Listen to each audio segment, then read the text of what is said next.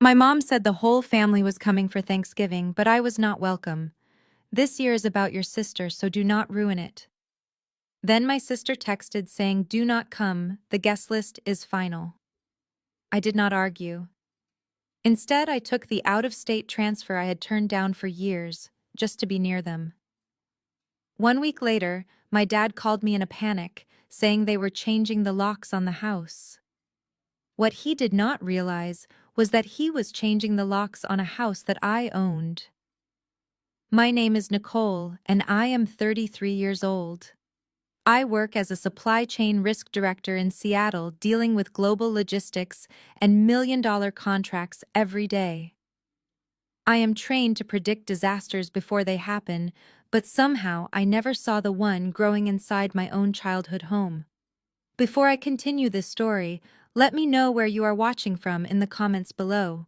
Hit like and subscribe if you have ever had to stand up to family members who underestimated your worth. Growing up as the eldest daughter meant being the responsible one while my younger sister Brittany was the golden child. I paid for the groceries. I paid for the vacations. I even paid off my parents' mortgage 5 years ago when they were drowning in debt. Yet I was always the outsider, the cold corporate workaholic who did not understand family values. It was a rainy Tuesday afternoon in Seattle, and I was sitting in my corner office overlooking the city skyline. On my desk sat two beautifully wrapped boxes. One was a vintage Rolex for my father Gerald. The other was a limited edition Chanel handbag for my mother Brenda. I had spent months tracking down these gifts, wanting this Thanksgiving to be perfect. I wanted to prove to them that even though I was busy, I still cared. My phone buzzed against the mahogany desk. I smiled, thinking it was my mom asking about the menu. But when I unlocked the screen, my stomach dropped. It was a text from Brenda. "Nicole, we need to talk about Thursday. Brittany and Andre are in a delicate place right now with the pregnancy announcement. We think it is best if you do not come to dinner this year. We need the focus to be on them, and your presence tends to make things tense because you ask too many questions. Let us try again at Christmas." I stared at the words, unable to breathe. Tense, I had already wire transferred $2,000 to the catering company for that dinner. I had paid for the wine. I had paid for the heating bill that kept them warm in that house.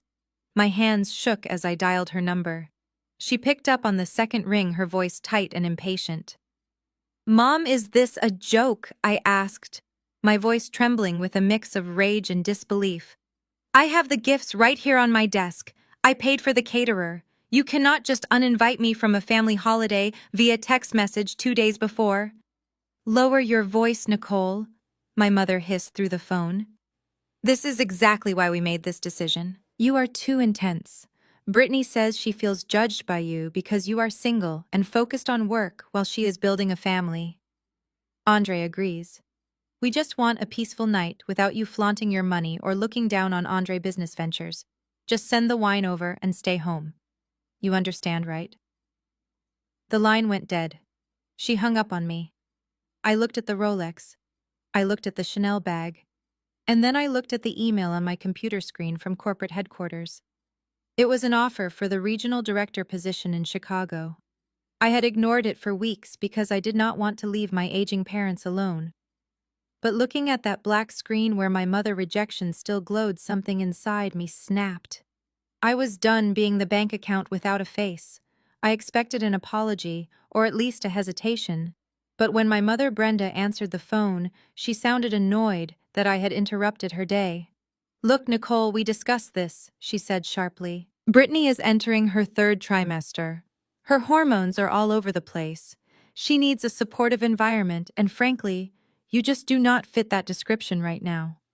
"Supportive?" I repeated, gripping the phone so hard my knuckles turned white. "I have supported this family for a decade. I paid for the remodel of the kitchen you are standing in. I paid for Brittany's wedding 2 years ago. How am I the problem? That is exactly the attitude I am talking about." Brenda sighed loud enough for me to hear. "You always bring up money. It makes Andre uncomfortable. He is trying to build his real estate portfolio, and having you drill him about his commission checks or lack thereof is humiliating. He is the man of the house now that your father is retired. You need to respect his authority." I nearly laughed out loud. Andre had not sold a single property in 18 months. He spent his days filming TikTok videos in my parents' living room, pretending to be a mogul, while I paid the electricity bill that powered his ring light. His authority. I asked, my voice dropping to a dangerous whisper. He lives in the guest room rent-free, Mom. See, there you go again, being condescending. This is why we need space. We want a traditional Thanksgiving where everyone feels equal. Not one where you sit at the head of the table acting like the CEO of the family just because you sign the checks. Brittany is doing important work on social media, and she needs to feel validated, not overshadowed by your corporate coldness. The silence stretched between us. I looked at the rain streaking against my office window. I realized in that moment that they did not see me as a daughter. They saw me as a resource. And now that the resource had a voice, they wanted to mute it while keeping the benefits. Fine, I said quietly. I will stay in Seattle. Is that all? Well, actually, there is one more thing, Brenda said, her tone shifting from aggressive to expectant. Since this was a last-minute change, we had already placed the catering order with that Italian place you like, and the wine delivery is scheduled for tomorrow. Obviously, your father and I cannot afford that kind of expense on our fixed income. So just Zelle me the $2,500 like you usually do. Consider it a baby shower gift for your sister, since you will not be there to help set up. I stood up. The city of Seattle looked gray and cold through the glass, but my blood was boiling. You want me to pay for a party I am banned from attending? Do not be petty, Nicole. It is for family. We are counting on that money. Andre already promised his friends top-shelf liquor. You would not want to embarrass him, would you? Just send the money by 5 so we can confirm the delivery. I looked at the unread email from corporate again. The offer to move to Chicago, to leave everything behind. I did not scream. I did not cry. I simply made a choice. I will take care of it, Mom, I said.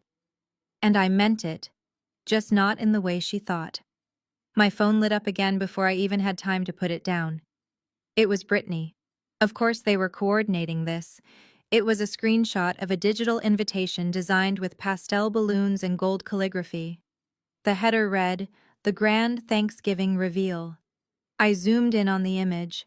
The guest list was extensive. There were names I did not even recognize.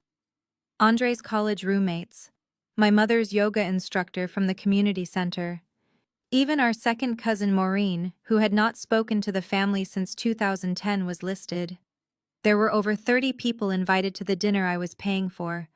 Everyone was invited. Everyone except me. Then came the text message that seared itself into my memory. Just wanted to make sure you saw the final head count so you do not show up awkwardly, Brittany wrote, followed by a shrugging emoji. Honestly, Nick, it is for the best. I am really focusing on manifesting positive maternal energy right now. Having a bitter spinster aunt hovering around might jinx the gender reveal. You know how you get about people who are actually happy. We do not want that bad luck rubbing off on the baby. I stared at the word spinster. I was 33 years old. I owned a penthouse in downtown Seattle. I managed a team of 40 people and navigated supply chain crises that could cripple national industries. I had a portfolio of investments that could buy and sell Andre's entire imaginary real estate career 3 times over. But to them, I was just the unmarried failure who paid the bills. I looked around my quiet office. For years I told myself they loved me in their own broken way. I told myself that paying their debts was just what family did. I thought if I just gave enough, if I just fixed enough problems, eventually they would respect me. But this text message shattered that illusion. This was not love. This was not even tolerance. This was active contempt. I typed out a response and then deleted it. Arguing with a narcissist is like pouring water into a sieve. It only wastes your resources. Brittany did not want a sister. She wanted a sponsor. And she had just insulted the only investor keeping her lifestyle afloat. I remembered the baby shower last month. The one where I spent $3,000 on custom decor and a catered lunch because Brittany said she wanted it to look like Pinterest. She had hugged me then. She had called me the best sister ever in front of her friends. But that was when I was writing checks. Now that the heavy lifting was done, I was just bad luck. A cold calm settled over me. It was the same feeling I got right before I fired an incompetent manager or cut a losing vendor from our supply chain. It was the absence of emotion. It was pure logic. If I was such bad luck, then I should remove myself completely from their equation. I should take my negative energy and my positive bank balance far away from their precious celebration. I took a screenshot of her text, not to send to mom or to post on social media, but for my own records. I filed it into a folder on my cloud drive named Family. Then I set the phone down face down. I did not block her yet. I wanted them to think their plan had worked.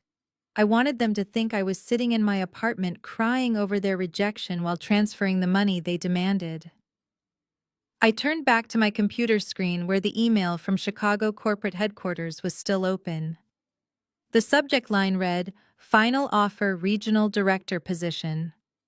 The timestamp showed they needed an answer by 5 o'clock. I glanced at the clock on the wall. It was 4:45. I had 15 minutes to change the trajectory of my life. I did not hesitate. I hit reply.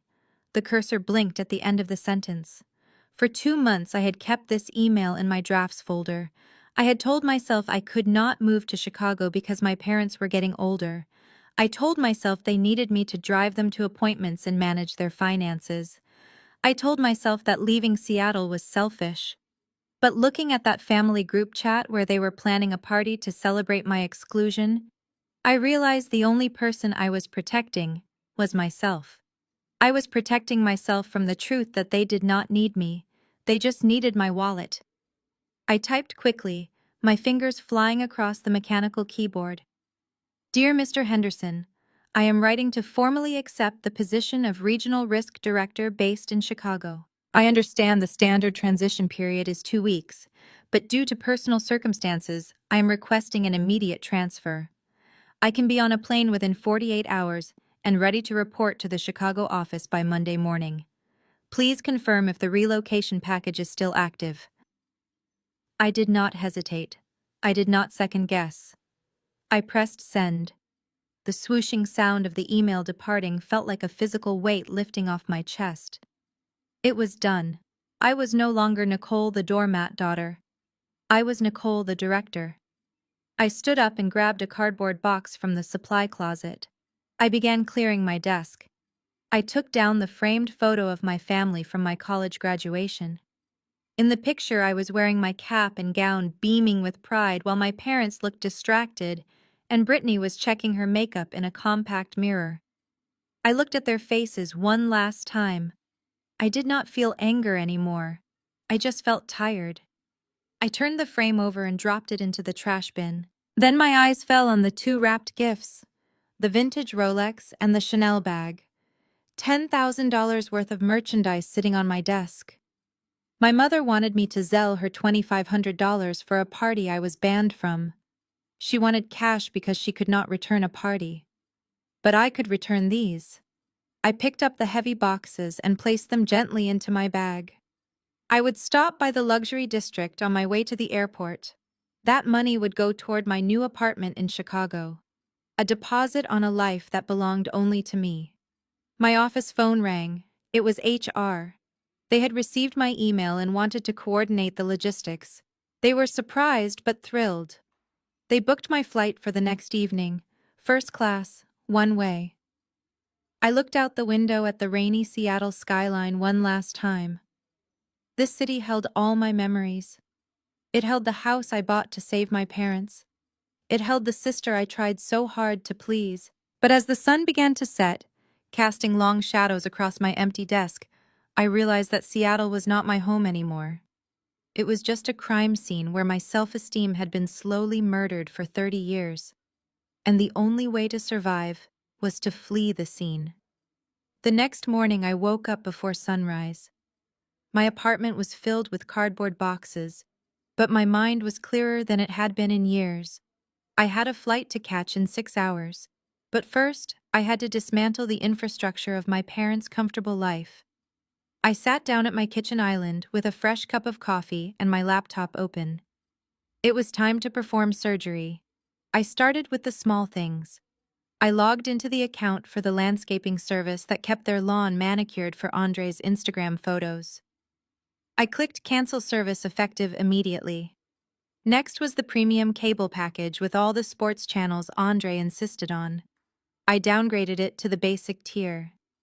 Then came the grocery delivery account. For years, I had linked my credit card so my mom could order whatever she wanted. Last month alone, she had spent $800 on organic produce and imported cheeses. I removed my card and replaced it with the old expired debit card my father had given me years ago. But those were just warning shots. The real weapon was the mortgage. I navigated to the bank portal. The screen showed the auto-pay schedule for the house at 42 Maple Drive. $2,800 deducted from my personal checking account on the first of every month like clockwork.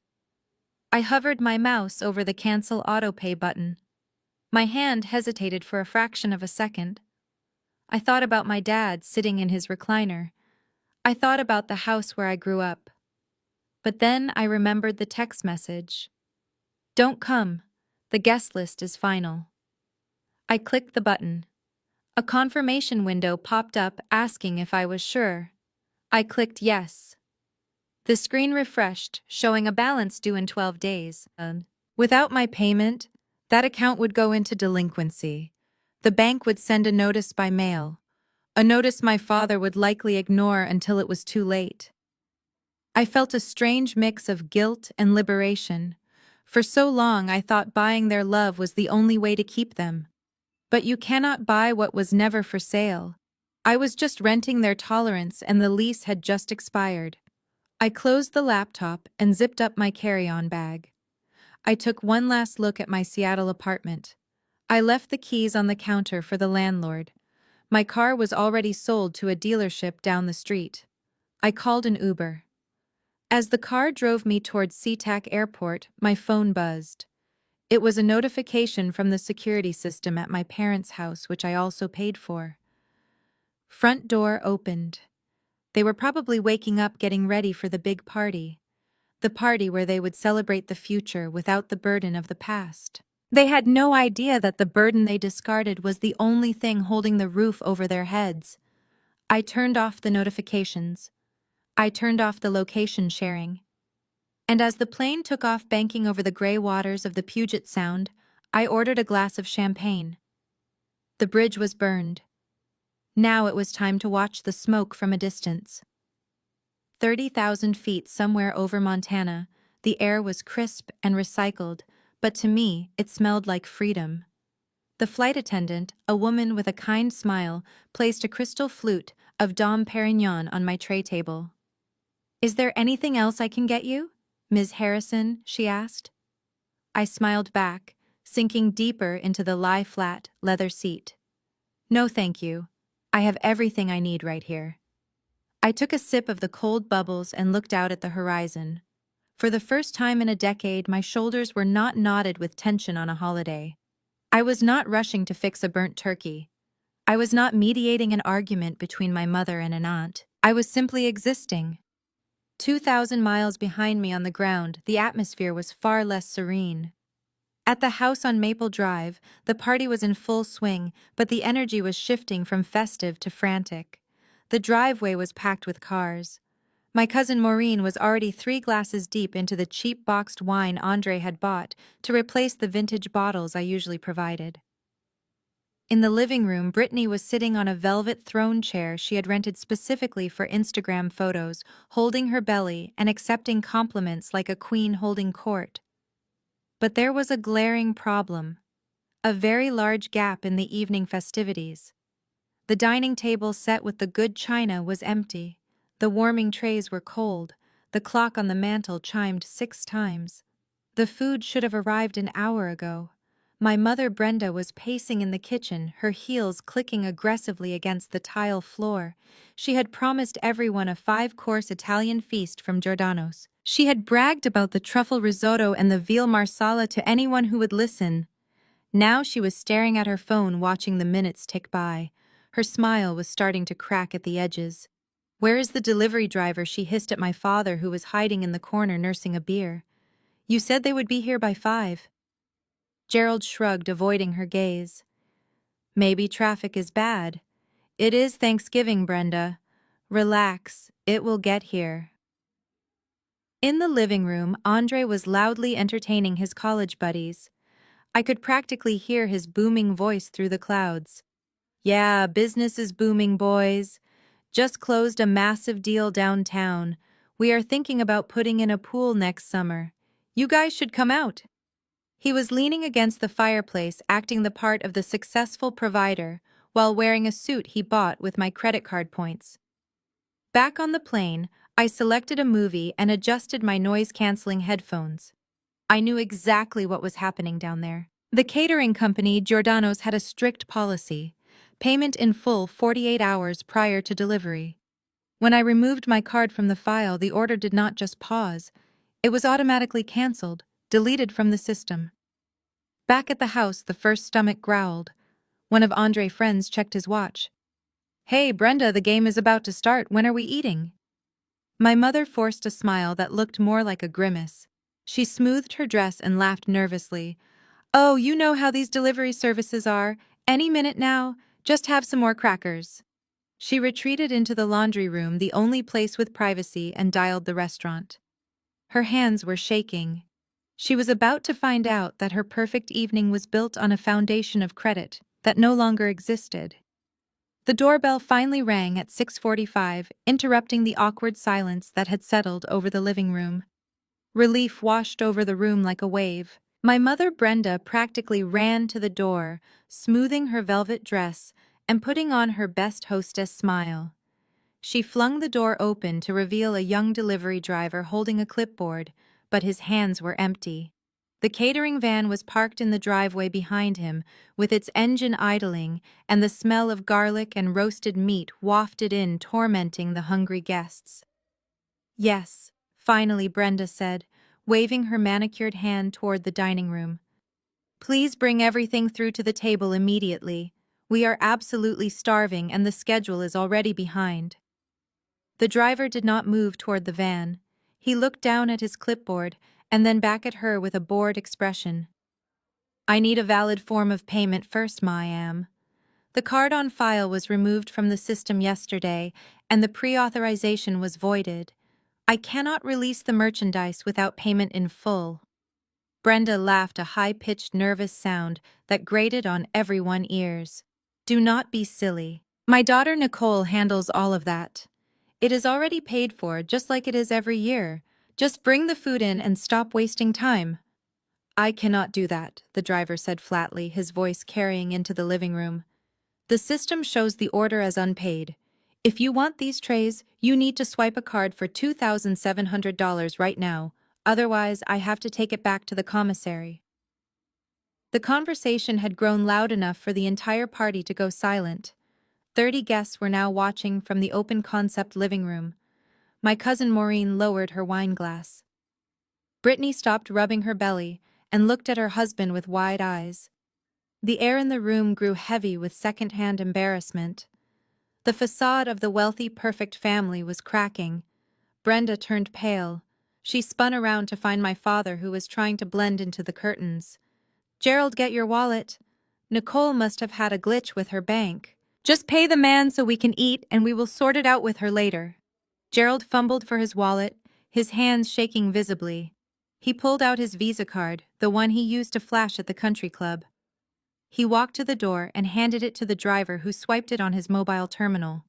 The machine whirred for a second and then emitted a harsh, dissonant beep.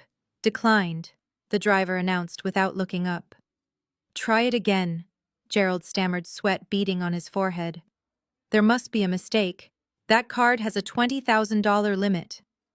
Insufficient funds, the driver clarified, staring at the screen. Do you have another card? Gerald looked at the floor. He did not have another card. He had maxed out everything else weeks ago, trying to maintain their lifestyle after I stopped subsidizing his golf fees. He just had not told anyone yet. The silence was now deafening. A stomach growled loudly from the back of the room, causing a few guests to whisper. Brenda looked like she was going to faint. Her perfect Thanksgiving was crumbling before it even started. This is ridiculous, Andre announced, stepping forward from the fireplace. He adjusted his suit jacket, trying to look authoritative, but his eyes darted around nervously. Clearly, there is a technical issue with your machine. I will handle it. He pulled out a shiny platinum card from his pocket. It was a debit card, not a credit card, but he held it up like it was an exclusive black card for the guests to see. He handed it to the driver with a sneer. Put it on this. And I expect a discount for the unacceptable delay. No discount, sir, the driver said, swiping the card. Andre watched the machine like a hawk. When it beeped approval, he let out a breath he had been holding, but as he signed the digital receipt, his jaw tightened so hard a muscle twitched in his cheek. I knew that look. That was the look of a man who just spent his entire liquidity for the month on pasta and veal he did not even want. He glared at my father, then at the empty spot at the table where I should have been. He was not a hero. He was a victim of his own ego, and he hated me for forcing his hand. The food was finally coming in, but the bitterness had already been served. The awkwardness of the catering fiasco still hung in the air like a thick fog, but Brittany was determined to reclaim the spotlight. She clapped her hands together, demanding attention from the 30 guests scattered around the living room. Okay, everyone, let us forget about the delay. It is time for the main event. Andre and I have prepared a special 4-dimensional ultrasound video set to music to introduce you all to the newest member of the dynasty. She emphasized the word dynasty while looking at Andre, who was standing next to the 85-inch television. He had regained some of his swagger after paying for the food and was now holding the remote control like a scepter. This television was the centerpiece of the house. I had bought it last Christmas because my father complained he could not see the football scores on the old one. I also paid for the premium cable package and the gigabit fiber internet that powered it. Gather round, guys, Andre announced, gesturing grandly. You are going to want to see this in high definition. Prepare to be amazed. The guests shuffled closer. My mother Brenda beamed from the sofa, holding a glass of wine she desperately needed. This was the image she wanted, the happy, growing family. Andre pointed the remote and pressed the power button. The screen hummed to life. But instead of a heartwarming video of an unborn baby or the soft lullaby music they expected, a harsh, gray static filled the screen for a second. Then it was replaced by a stark, bright red message box that bounced against a black background. The text was large enough for everyone to read, even from the back of the room. Service suspended. Account past due. Please contact your service provider to restore access. The room went deathly silent. The silence was louder than the earlier chatter. Cousin Maureen squinted at the screen and read out loud. Service suspended. Did you guys not pay the cable bill? Brittany's smile froze on her face. She looked at the screen, then at Andre, then back at the guests. Her face turned a shade of crimson that matched the error message. Andre, do something, she hissed through her teeth. Fix it. Andre started mashing buttons on the remote, panic rising in his eyes. It is just a glitch, he stammered, hitting the exit button repeatedly. The provider must be doing maintenance. Stupid technology. He tried to switch inputs to stream from his phone, but the smart TV required an internet connection to handshake with his device. And since I had severed the internet contract, along with the cable, there was no Wi-Fi signal. The massive 85-inch screen remained a stubborn black mirror reflecting their terrified faces. It is not a glitch, Andre, one of his college buddies, laughed from the back. That is the disconnect screen, man. I saw that back in our dorm days. You got cut off. My father Gerald sank deeper into his armchair. He knew. He knew exactly who paid that bill. He knew that every pixel of entertainment in that house was subsidized by the daughter they had uninvited. Brittany looked like she was about to cry. But this is the highlight of the night, she wailed. I spent 3 days editing that montage. Andre threw the remote onto the sofa in frustration. I will call them tomorrow and give them a piece of my mind, he declared, trying to sound tough. They cannot just cut off a loyal customer like this. But they could, and I had. The party was now devoid of music, devoid of entertainment, and filling up rapidly with the realization that the golden child lifestyle was nothing but a hollow shell without my funding. My father, Gerald, locked the door of the downstairs powder room and leaned his back against the wood, breathing heavily. Outside, the muffled sounds of awkward conversation and clinking glasses drifted in from the hallway. The party was a disaster. The guests were eating crackers and cheese because the main course never arrived. The massive television screen was still displaying the red suspension notice like a digital scarlet letter. Andre was out there trying to salvage his reputation with loud jokes that nobody was laughing at. And it was all her fault. He dialed my number with trembling fingers. His face was red not from alcohol, but from a mix of humiliation and fury. I answered on the second ring. I was 30,000 feet in the air watching the clouds turn pink with the sunset. "Hello, Dad," I said calmly. "What the hell is going on, Nicole?" he hissed into the phone, keeping his voice low so the guests would not hear. "You have made us a laughingstock." The food never came. The television is cut off. Andre looks like a fool in front of his friends. Fix this immediately. I took a sip of my sparkling water. There was no apology in his voice, no concern for where I was or why I was not there, just a demand for service. "I cannot fix it, Dad," I replied, my voice steady. "I am not there, remember. I am giving you the space you asked for." "Do not play games with me," he snapped. "You know you pay those bills. You did this on purpose to ruin your sister's big night. Brittany is out there crying in the kitchen because her reveal video is ruined. Is that what you wanted? To punish us just because we set a boundary?" I felt a twinge of the old guilt, the programmed response to fix everything when he raised his voice. But then I looked at the flight map on the screen in front of me. I was closer to Chicago than I was to Seattle. The distance gave me clarity. "Dad, listen to me very carefully," I said. "You and Mom told me I was not welcome. You said my presence made Andre uncomfortable. You said the guest list was final. Well, I accepted that. But here is the reality check you missed. When you uninvited me, you also uninvited my wallet."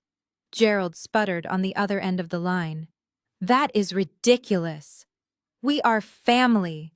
You do not cut off your family just because you cannot come to one dinner." "I did not cut you off," I corrected him.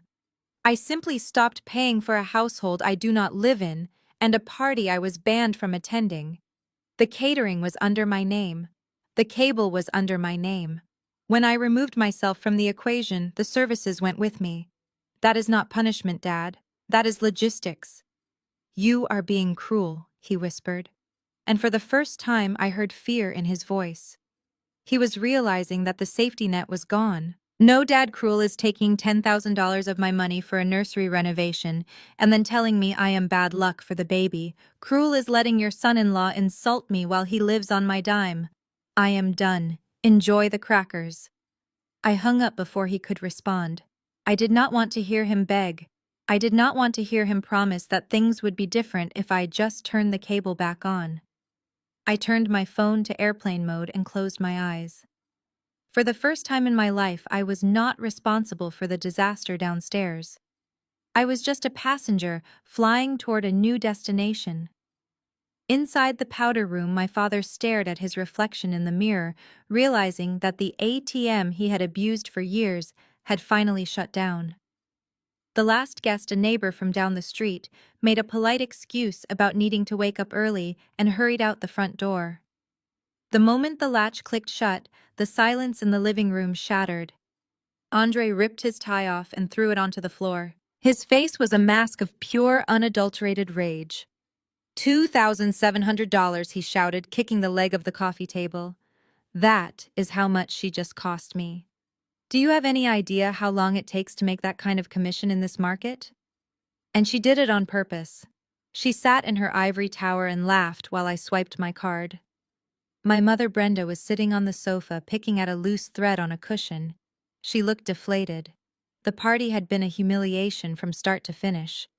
"I cannot believe she would be so vindictive," she whispered. "We just wanted a nice dinner. We just wanted to celebrate the baby." That is exactly the point, Andre said, pacing back and forth in front of them, like a predator circling wounded prey. This is not about a missed payment, Brenda. This is about control. Nicole uses her money like a leash. She thinks just because she pays the bills she owns you. She thinks she is the head of this household. He stopped and pointed a finger at my father, who was still holding his empty beer bottle. Did you hear how she spoke to you on the phone, Gerald? She hung up on you, her own father. She has absolutely no respect for your authority. She treats you like a charity case she can turn on and off whenever she feels like it. It is financial abuse, plain and simple. Gerald looked up, his eyes watery. She said she was just giving us space. He mumbled, weak and defeated. Space. Andre scoffed. She is trying to evict you emotionally before she evicts you physically. Think about it. She pays the mortgage. She pays the utilities. She holds the deed. What happens when the baby comes? What happens if she decides the baby cries too loud and she cuts the power again?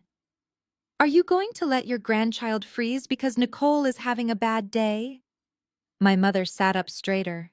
Her eyes narrowed. She would not dare. She just did. Andre countered, his voice dropping to a conspiratorial whisper. She just humiliated us in front of everyone we know. She is dangerous, and the only way to deal with a bully is to punch back. You need to show her that this is your home, not hers. You need to reclaim your territory before she decides to sell it out from under you. What do you suggest? Brenda asked, her voice trembling with a mix of fear and indignation. We need to cut her access, Andre said, cold and precise. She thinks she can walk in here whenever she wants to inspect her investment. She thinks she has a key to your lives. Well, I say we take that key away. We change the locks tonight. We secure the perimeter. We make a statement that says you cannot buy us and you cannot bully us. But it is late, Gerald protested. I know a guy, Andre lied smoothly. A 24-hour locksmith. He owes me a favor. Let me call him. Let us take our dignity back. Let us make sure that when she comes crawling back to apologize, she has to knock on the door like a guest. Brenda looked at the blank television screen, then at her husband. Do it, she said. Call him. I am tired of being treated like a tenant in my own home. Andre smiled. It was a shark smile. He pulled out his phone not to call a friend who owed him a favor, but to call the most expensive emergency locksmith in Seattle, knowing full well he would try to make Gerald pay for it later. He had successfully shifted the narrative. He was no longer the broke son-in-law. He was the protector of the family fortress. And he had just declared war. The blue light of the locksmith van washed over the driveway at 10 o'clock at night. It was the only vehicle left after the last guest had awkwardly shuffled away from the disastrous party. Inside the foyer, the atmosphere was thick with a toxic blend of exhaustion and paranoia. Andre stood with his arms crossed, watching the technician examine the high-end smart locks I had installed 3 years ago. Get rid of them, Andre commanded, pointing at the sleek black keypad. Rip the whole system out. I want deadbolts, heavy-duty steel. No Wi-Fi, no keypads, no digital backdoors that she can hack into. My father, Gerald, looked uneasy watching the expensive hardware being unscrewed from the mahogany frame. Nicole paid $2,000 for those locks, he muttered, rubbing the back of his neck. They integrate with the security cameras. They lower our insurance premium. Maybe we should just change the code. That is exactly the problem, Gerald. Andre snapped, spinning around to face him. His voice echoed in the empty hallway. Do you not get it? As long as those computers are on your door, she is in this room with us. She can unlock these doors from her phone in Seattle. She can check the logs to see when you come and go. She is spying on you. She is probably laughing at us right now, watching us through some hidden lens. My mother, Brenda, shivered, pulling her shawl tighter around her shoulders. He is right, Gerald. It is creepy. It feels like she is watching us right now. I do not want to live in a glass house anymore. I want privacy. I want to know that when I lock my door, it stays locked until I decide to open it. The locksmith, a burly man who clearly just wanted to finish the job and go home, revved his power drill. The sound was harsh and aggressive, tearing through the quiet night. He drilled into the solid wood, destroying the mounting brackets for the smart system. Sawdust fell onto the expensive Persian rug. Andre watched with a satisfied smirk. He was not just changing a lock. He was erasing my presence. In his mind, he was reclaiming his territory. He convinced himself that without my digital access, I would be powerless. He thought that if I could not get into the house, I could not control the house. Put the new keys in my hand, only Andre told the locksmith. I will distribute them. We need to control who has access to this property from now on. No more spares floating around. No more sisters dropping by to check on things. When the job was done, the front door looked scarred. The holes from the smart lock were covered by ugly brass plates that did not match the door handles. But Andre did not care about aesthetics. He cared about the heavy piece of metal in his palm. He locked the deadbolt with a loud clunk. Then he unlocked it. Then he locked it again. There he said, turning to my parents with a triumphant grin, "Safe. Let her try to tap a button on her phone now. She is locked out. This is our house now. And she cannot touch us." My father stared at the deadbolt. For a second, he looked like he wanted to argue, to say that locking out the person who paid for the roof over their heads was a bad idea. But he looked at Brenda, who was smiling for the first time all night. So he said nothing. He let them believe the lie. He let them believe they had just won a victory, when in reality, they had just sealed themselves inside a trap of their own making. It was past midnight when the drilling finally stopped. The high-pitched whine of the power tool had been the only sound in the house for the last hour, replacing the laughter and music that should have filled the air on Thanksgiving. The locksmith, a tired man with grease on his hands, blew sawdust off the new brass fixture. He held out 3 shiny silver keys. Before my father could reach for them, Andre snatched them from the man-hand. My mother Brenda let out a long, shaky breath. She looked at the new deadbolt as if it were a holy relic. Finally, she whispered, leaning her head against my father's shoulder. "It feels different already, doesn't it, Gerald? It feels like ours again. No more cameras. No more digital eyes watching us. We are free." Gerald nodded slowly, running his hand over the wood where the smart lock used to be. The holes were covered by ugly metal plates, but to him they looked like badges of honor. "We did what we had to do," he muttered, convincing himself. "She gave us no choice. A man has to protect his home." They stood there in the foyer, sipping stale wine and congratulating themselves. They truly believed they had won a war for independence. They thought they were taking a stand against a controlling daughter. They did not understand that they had just committed a material breach of contract. By removing the hardware I installed and changing the access without the owner permission, they had just voided the only legal protection keeping them in that house. Andre slid the key into the lock and turned it. Click. Thud. The heavy steel bolt slid into place. He turned to my parents with a wolfish grin. "Let her try to log into this," he bragged, tapping the metal. "She is locked out. This is my territory now. If she wants to come in here, she has to ask me." He handed one key to Gerald and put the other 2 in his own pocket. My parents went to bed that night, sleeping soundly for the first time in weeks. They dreamed of a future where they were in control. They had no idea that by turning that key they had not locked me out. They had locked themselves inside a trap. They were no longer parents living in their daughter home. They were now hostile tenants destroying property. And the eviction notice was already being drafted in my mind before the sun even came up. The view from my new office on the 45th floor of the Loop in Chicago was breathtaking. Lake Michigan stretched out like an endless sheet of blue glass. It had been 1 week since I left Seattle. 1 week of silence, 1 week of peace. I had almost forgotten the toxicity of Maple Drive until my phone vibrated against the glass desk. It was my father, Gerald. I debated ignoring it, but curiosity got the better of me. I wanted to know if the reality of the unpaid bills had set in yet. I swiped accept and put the phone to my ear. "Hello, Dad," I said, keeping my voice neutral. I expected begging. I expected him to ask why the cable was off or why the lawn service had stopped showing up. Instead, his voice was dripping with a strange, unearned confidence. I am just calling to let you know that you do not need to worry about checking on the house anymore, Gerald said. In fact, do not bother coming by at all without an invitation. We have taken measures to ensure our privacy. Measures? I asked, leaning back in my leather chair. What kind of measures? We changed the locks, Nicole. The line went silent for a moment. He said it with such pride, like a teenager who had just snuck out of the house successfully.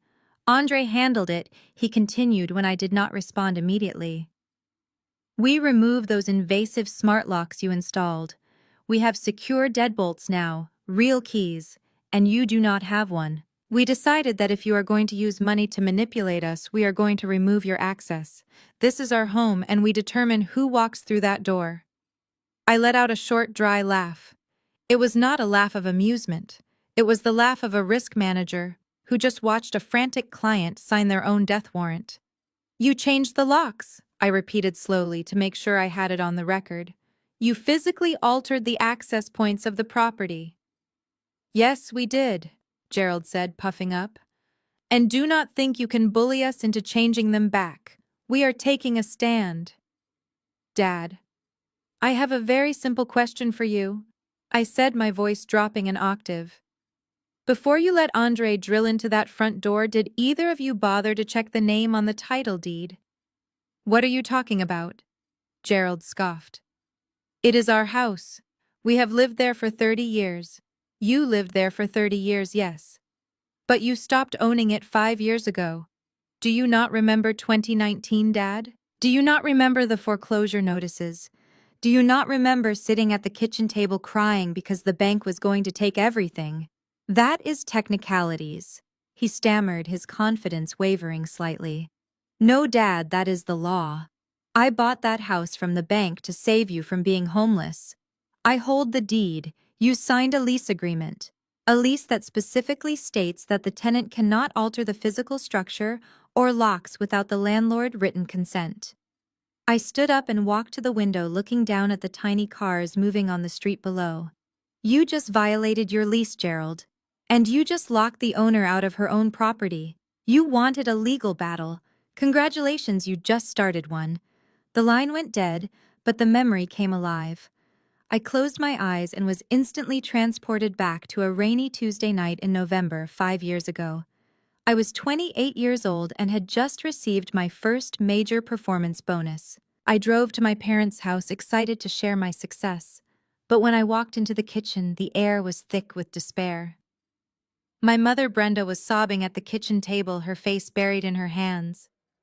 My father Gerald was pacing back and forth holding a crumpled letter with the logo of the National Bank. The red stamp on the paper was visible even from the doorway. Foreclosure notice. What is going on? I asked, dropping my purse. We lost it, Gerald whispered, his voice cracking. We lost everything, Nicole. The investment deal Andre friend recommended. It was a pyramid scheme. The money is gone, the retirement fund, the savings, and now the house. The bank is taking the house in 30 days. I looked around the kitchen where I grew up.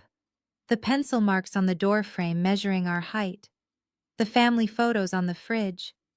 It was all about to be seized because my father wanted a get-rich-quick scheme instead of listening to financial advice. How much, I asked. We are underwater, Gerald admitted. We owe more than it is worth. They are going to auction it off. We have nowhere to go. I looked at my mother. She looked small and broken. Brittany was nowhere to be found, likely out with friends, oblivious to the collapse of her safety net. I felt a weight settle on my shoulders, the weight of being the capable one. I can fix this, I said. My father stopped pacing. How? You are just a junior manager. I have cash, I said, pulling out my checkbook. And I have excellent credit. I can approach the bank for a short sale. I will buy the house from them for the remaining debt before it goes to auction. I will pay off the arrears. But then you would own it, Gerald said, frowning. It would be your house. Do you want to own a cardboard box under the bridge? I snapped. Because that is the alternative, Dad. I will buy it. I will keep the roof over your heads. But we do this on my terms. That night, I signed away my entire savings. $80,000 of hard-earned cash went into a down payment to save their dignity. I sat in a cold bank office for 3 hours negotiating with loan officers to keep my parents from being evicted. I walked out of there not as a daughter, but as a landlord. I saved them. And in return, they resented me for it every single day since. They hated that I saw them at their weakest. They hated that the deed in the safe deposit box had my name on it, not theirs. That resentment had festered for 5 years, until it finally exploded into a drill bit tearing through my front door. I sat across from them in the small conference room of the title company 5 years ago. The air smelled like stale coffee and desperation. The deed had been transferred. The house was officially mine. But I did not want to be their landlord. I wanted to be their daughter. I wanted to give them a way to walk out of that room with their heads held high, despite the financial ruin they had brought upon themselves. I slid a document across the mahogany table. It was a standard residential lease agreement, but I had modified the terms heavily in their favor. "What is this?" Gerald asked, eyeing the paper suspiciously as if it were a trap. "It is a lease," I explained, keeping my voice gentle. "You are going to rent the house back from me. That way you can tell the neighbors and your friends at the club that you put the house in a trust for estate planning purposes. You do not have to tell anyone you lost it to the bank. You do not have to pack a single box." My mother Brenda snatched the paper up, reading the first line. "Rent amount $1 per year." She read aloud, her voice trembling. "Is this a joke, Nicole? Are you mocking us?" "It is not a joke, Mom. It is a legal formality. I need a contract to protect my asset, but I am not going to charge you market rent. You just pay the utilities and take care of the place. I will handle the mortgage and the taxes." They looked at each other. Relief washed over their faces, followed immediately by that familiar shadow of resentment. They hated needing me. They hated that their safety net was woven from my bank account. "There is one condition, though," I added, tapping paragraph 14 on the second page with my index finger. "This is a standard preservation clause. Since I am liable for the property, you cannot make any structural changes without my written consent. No knocking down walls, no unpermitted additions, and specifically, no changing the locks or security systems. I need to maintain access in case of an emergency." Gerald waved his hand dismissively, grabbing the pen. "Fine, fine, whatever. We are not going to remodel the kitchen, Nicole. We are bankrupt.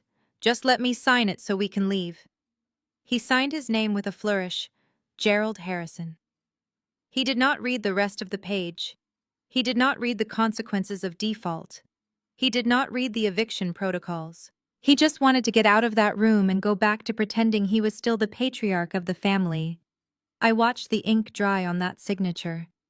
That piece of paper was the only thing standing between them and the street. I filed it away in a fireproof box, hoping I would never have to enforce it. I treated it like a nuclear option, a weapon of last resort. Flash forward 5 years to the present. My father had just forgotten the one rule I gave him. He had let his arrogance erase his memory. He thought the lock on the front door was his to change. He thought he could shut me out of the building I saved. He had no idea that his signature on that document was now a loaded gun, and he had just pulled the trigger on himself. Back in the present day, the living room was silent except for the humming of the refrigerator.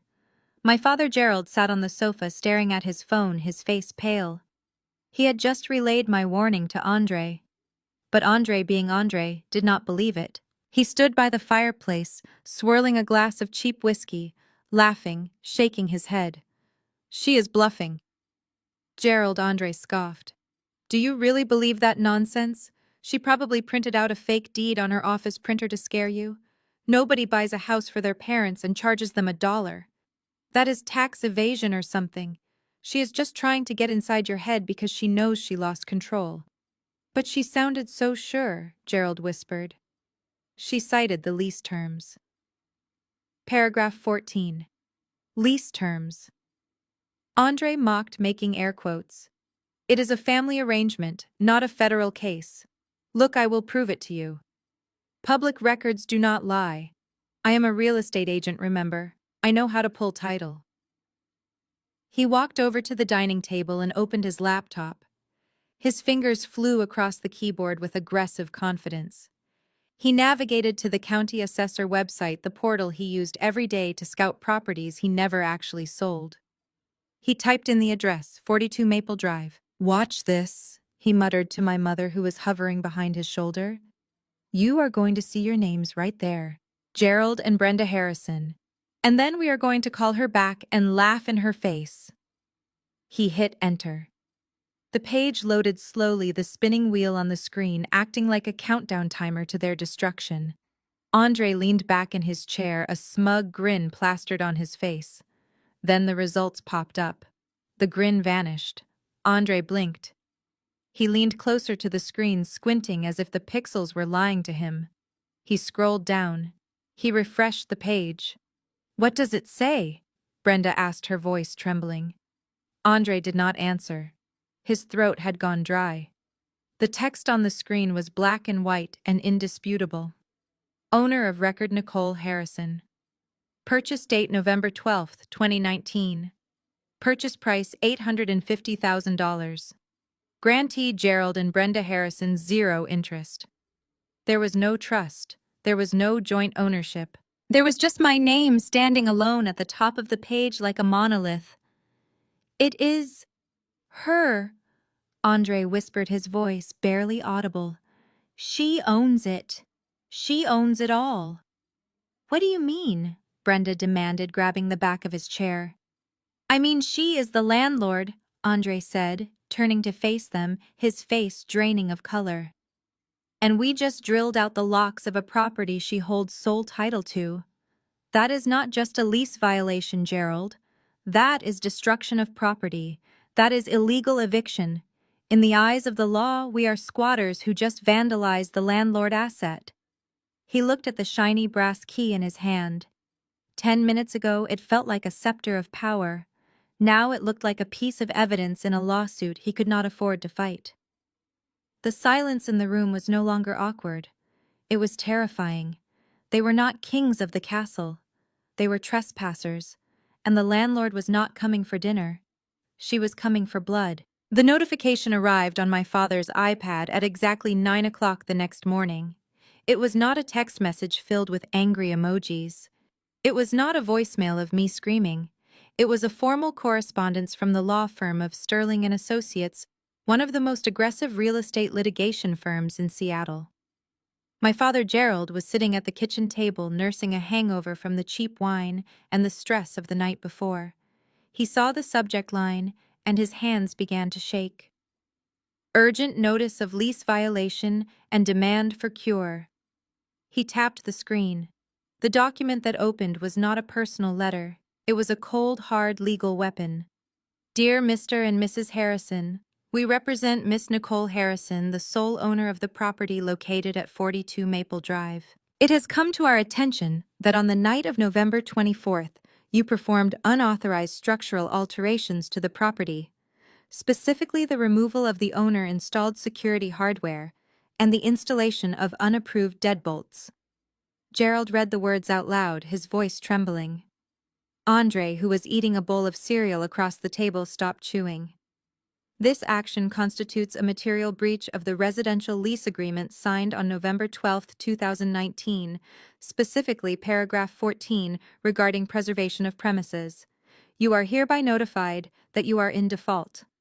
My mother Brenda walked into the room holding a basket of laundry. "What is happening, Gerald?" she asked, seeing his pale face. "It is a lawyer," Gerald whispered. "She got a lawyer, Brenda." In less than 12 hours, he continued reading. "To cure this breach and avoid immediate termination of your tenancy, you must provide a physical copy of the new keys to our office within 24 hours of this notice.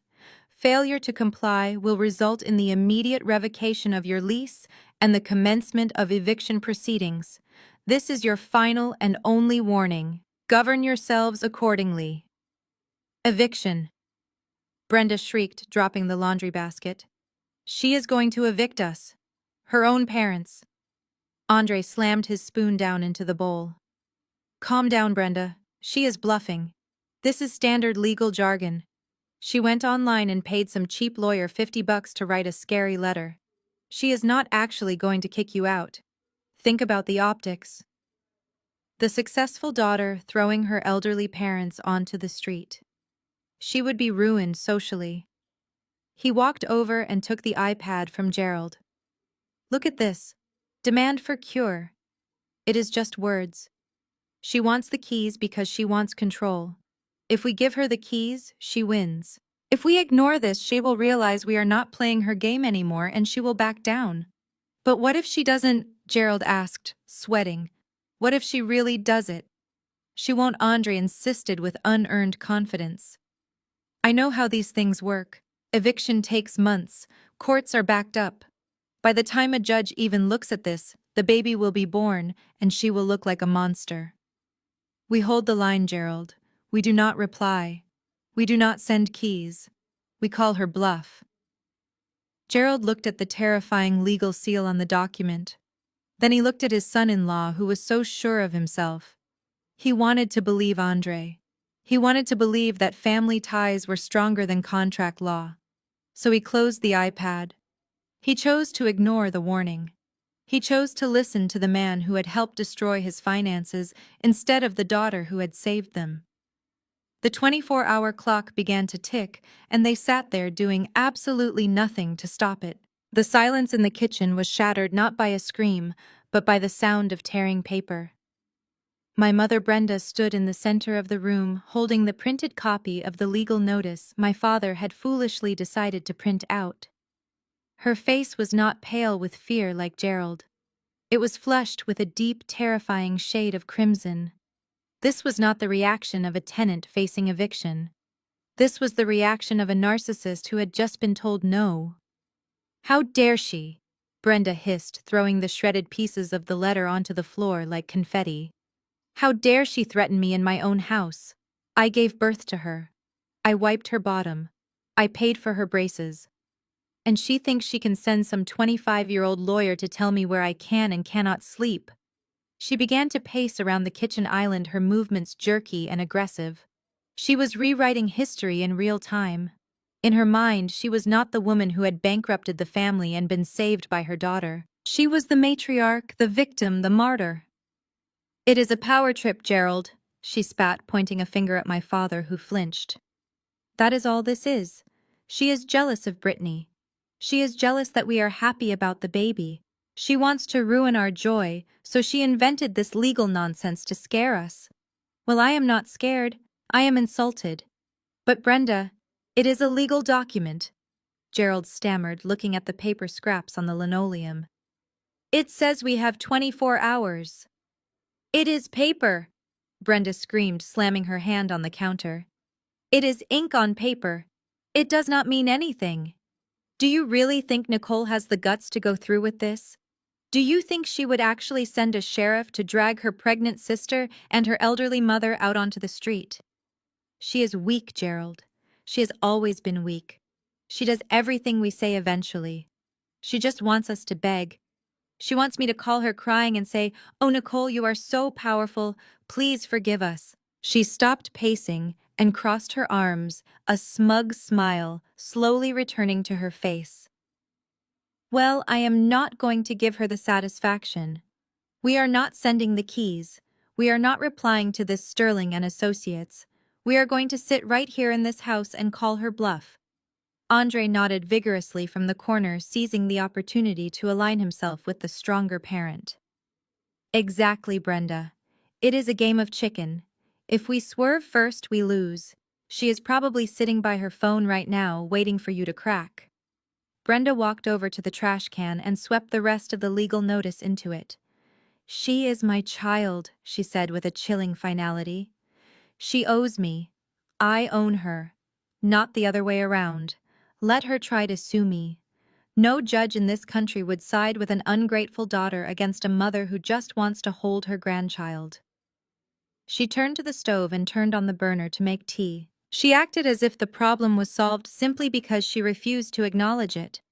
She did not know that by destroying that notice she had not destroyed the threat. She had only destroyed her last chance at a peaceful resolution. The 24-hour clock was still ticking, and unlike her daughter, the law did not care about her feelings. It only cared about the contract she had just thrown in the garbage. The digital clock on the wall of my Chicago office flipped to 9:00. The deadline had passed. I refreshed my email inbox one last time, hoping to see a message from Sterling and Associates confirming receipt of the keys. I hoped to see a notification that my parents had come to their senses, but the inbox remained empty. I picked up my phone and called my lawyer. Did they respond? I asked, knowing the answer before he spoke. Radio silence. Ms. Harrison, the attorney replied. We have not heard a whisper. No keys, no phone calls. They are ignoring the notice completely. I hung up the phone and turned to my computer monitors. My mother had called my bluff. She thought I was the same little girl who used to apologize for things I did not do just to keep the peace. She thought the threat of eviction was just a piece of paper she could throw away. She did not understand that to a risk manager, a deadline is not a suggestion. It is a trigger mechanism. I opened the web portal for Puget Sound Energy. The dashboard showed the account status as active. I clicked on the Service Management tab. My mouse hovered over the Disconnect Service button. I did not feel anger anymore. I felt the cold precision of a surgeon cutting out gangrene. I selected immediate disconnect for the electricity. Reason given vacant property. Technically, it was true. The legal tenants had violated their lease, so the property was no longer rightfully occupied. I clicked Submit. Next was the gas service. Seattle in late November is unforgiving. Temperatures were forecasted to drop to 30 degrees that night. The gas furnace was the only thing standing between my family and the biting frost. I navigated to the heating tab. I selected Stop Service. I clicked Submit. Finally, I opened the water utility portal. I authorized a remote shutoff of the main valve. 2,000 miles away, the consequences were instantaneous. At 42 Maple Drive, the hum of the refrigerator died. The lights in the kitchen flickered and went black. The television that Andre loved so much turned into a useless slab of glass. But the most terrifying sound was the silence from the basement. The furnace blower motored down and stopped. The warm air blowing through the vents ceased. My mother was probably in the shower when the water pressure dropped to 0, leaving her with shampoo in her hair and a freezing trickle from the showerhead. I imagined Andre trying to flip the light switches, flipping them up and down in confusion. I imagined my father looking at the thermostat, realizing the numbers had gone blank. They wanted to own the house. They wanted to be independent. They wanted to lock me out. Well, now they were truly locked inside a dark, cold box with no heat, no water, and no one to pay the bills. I closed the browser tabs one by one. The house was now officially off the grid. If they wanted to play Pioneer, they could freeze like pioneers. By 2 in the morning, the temperature inside the house had dropped to 45 degrees. The insulation in the old Victorian home was not built for a Seattle winter without a furnace. The high ceilings and open-concept living room that my mother loved so much now worked against them, trapping the cold air and letting the heat escape through the expansive windows. Brittany sat on the sofa, wrapped in 3 cashmere throws, her teeth chattering loud enough to be heard across the room. "Andre, do something," she wailed, her voice shrill with panic. "I cannot feel my toes. The baby is freezing. You promised you would handle this. You said we were taking a stand." Andre stood by the wall thermostat, furiously tapping the black glass screen. It was dead. He pulled out his phone to check the smart home app, but without the internet connection, he had no access. He ran to the utility closet and kicked the metal casing of the furnace. The pilot light was out. The gas valve was shut remotely. There was nothing he could do. He stormed back into the living room, his breath visible in the flashlight beam. "She cut it all." He announced, his voice echoing in the dark. "Gas. Electric. Water. She is trying to freeze us out." My mother Brenda, huddled in an armchair wearing her mink coat, looked up at him with wide, terrified eyes. But you said she would not dare. You said she was bluffing Andre. You told us to ignore the letter. You said she was weak. Do not put this on me, Brenda. Andre shouted, spinning around to face her. This is your daughter. Or, this is the monster you raised. I have been here trying to protect this family, while you two sat around letting her pay your bills for years. You made her this way. You let her think she was the boss. He shined his flashlight directly into my father's face, blinding him. Gerald flinched, shielding his eyes with a shaking hand. And you, Andre spat. You call yourself a man. You let your daughter humiliate you. You let her hold the deed to your house. You are useless, Gerald. Absolutely useless. I am out here fighting a war for your property, and you are just shivering in the corner. But we changed the locks, Gerald whispered, his voice trembling from the cold. We did what you said, Andre. We followed your lead. And look where it got us, Andre yelled, throwing his hands up in the air. We are freezing to death in a $1 million icebox. If anything happens to my unborn child, it is on your heads. Do you hear me? It is your fault. He did not blame himself for suggesting the locks. He did not blame himself for the unauthorized renovation. He did not blame himself for the insults. He needed a scapegoat, and my parents were right there, weak and freezing. The illusion of the happy family had shattered, leaving only the ugly truth exposed. They were stuck in the dark with a man who despised them, and they had nowhere else to go. Brittany huddled deeper into the cashmere blankets on the sofa. She wiped a real tear from her frozen cheek, but then she stopped. A cold calculation flickered in her eyes. She reached for her makeup bag on the side table, using the flashlight from her phone to see. She dabbed a little dark eyeshadow under her eyes to make them look sunken and exhausted. She messed up her perfect blonde ponytail, untying the ribbon until her hair looked frazzled and desperate. If she was going to play the victim, she needed to look the part. She propped her phone up against a candle on the coffee table. The battery was at 12%, but that was enough to destroy a reputation. She opened TikTok and hit record. Hey guys, she whispered into the camera, her voice cracking perfectly. I really did not want to make this video. I usually only share happy things here, but I am scared. She let out a shaky breath that was visible in the freezing air of the living room. She made sure the camera captured the condensation. See that? That is my breath. I am currently sitting in my childhood home, and it is 30 degrees inside. She panned the camera slowly. She showed my mother Brenda, huddled in her mink coat, looking old and frail. She showed my father rubbing his hands together. She showed Andre looking stoic and angry in the shadows. Then she panned down to her baby bump, rubbing it protectively. My sister Nicole, she is a corporate executive. She makes so much money she does not know what to do with it. She owns this house. But instead of helping us, she decided to punish us. She cut the power. She cut the water. She is trying to force her own elderly parents and her pregnant sister out onto the street in the middle of a Seattle freeze. Just because we asked for some boundaries. She let a single tear roll down her cheek. It was an Oscar-worthy performance. I do not know if we will make it through the night without freezing. We have nowhere to go. Please pray for us, and please share this.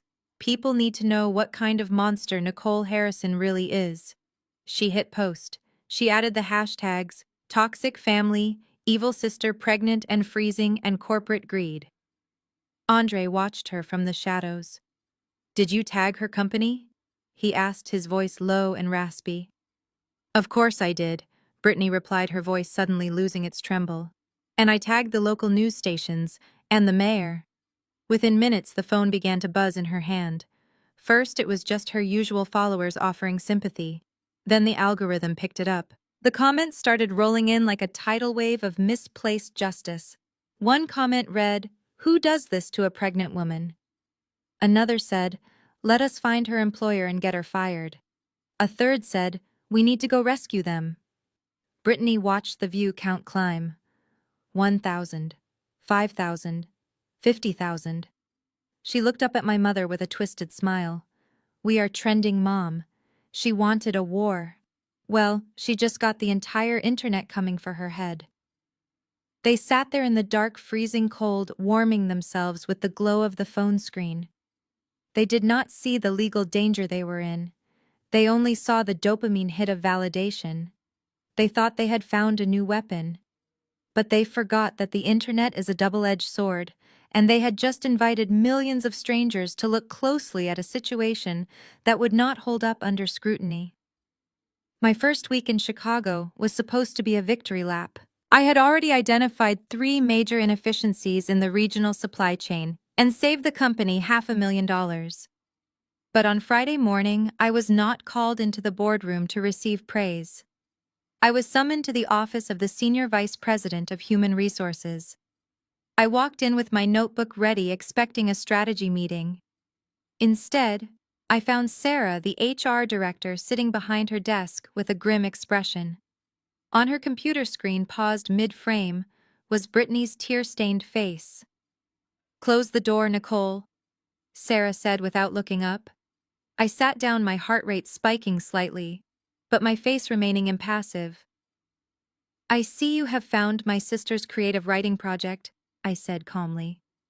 "This is not a joke," Sarah replied, turning the monitor toward me. "We have received over 200 emails in the last 12 hours.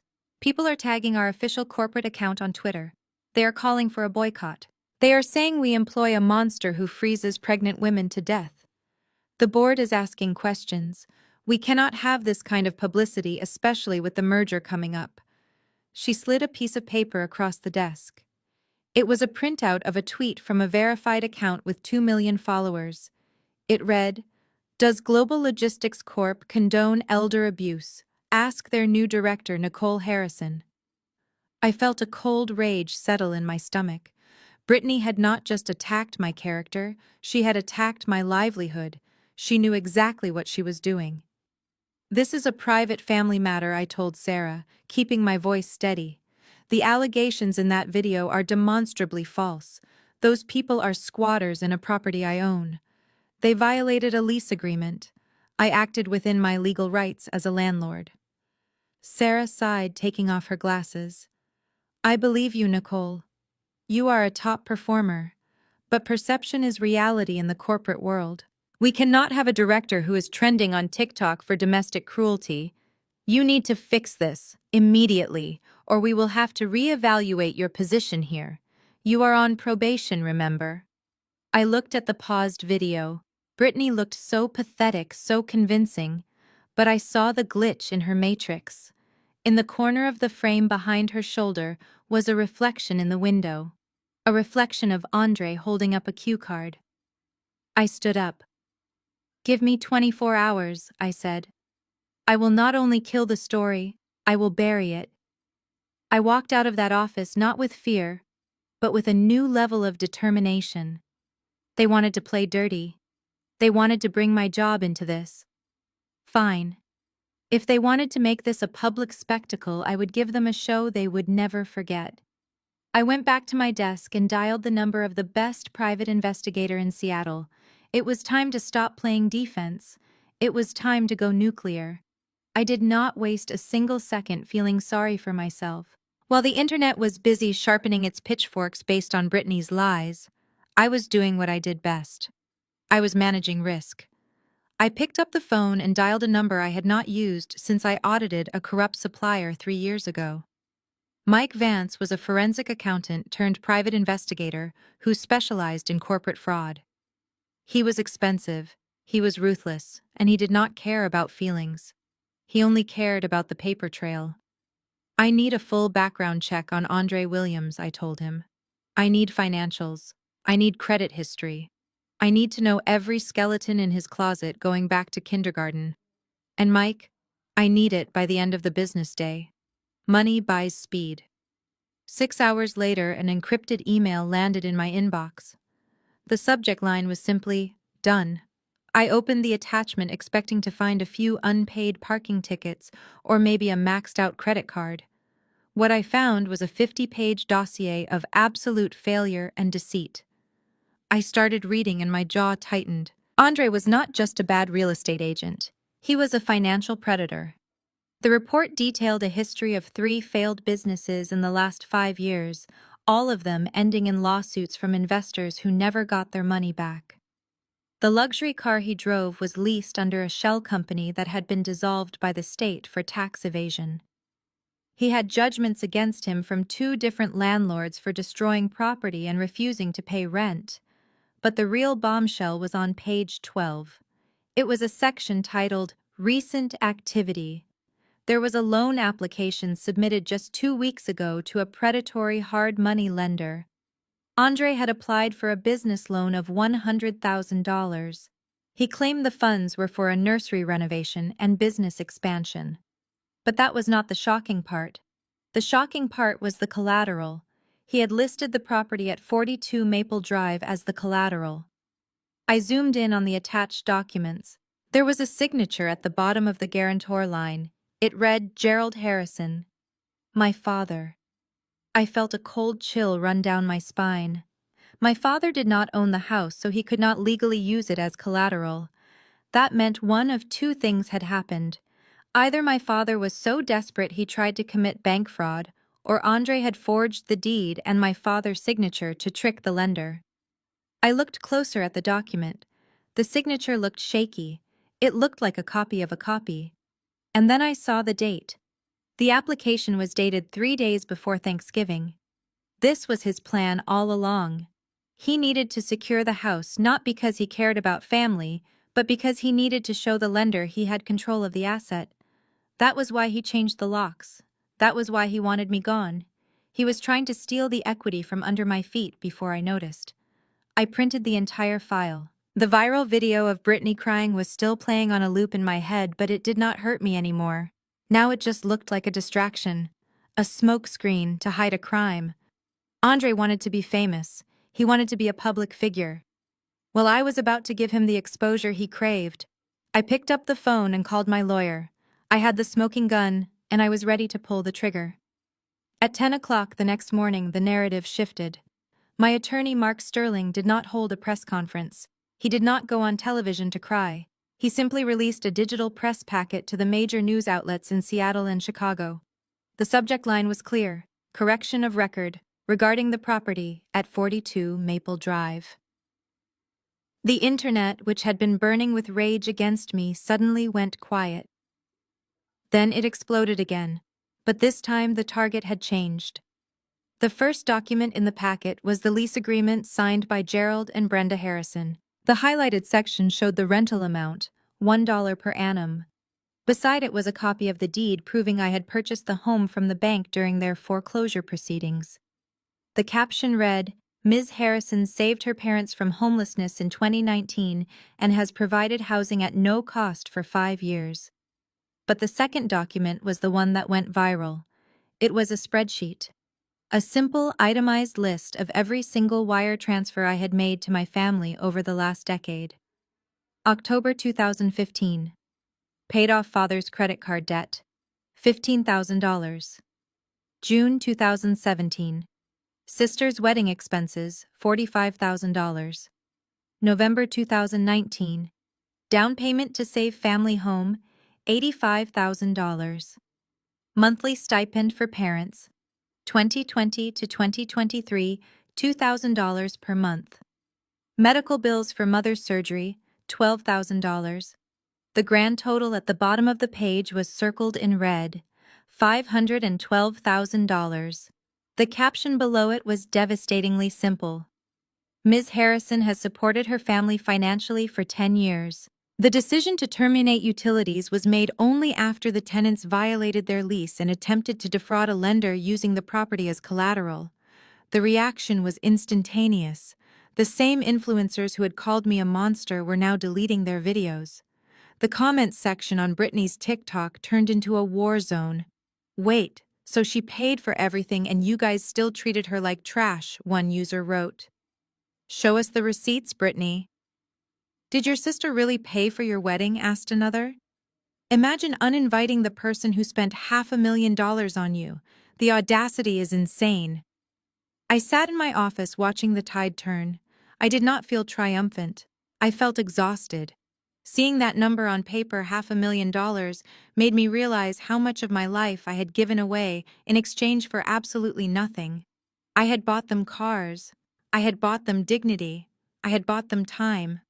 And in return, they had given me a bill for a dinner I wasn't allowed to eat. My phone rang.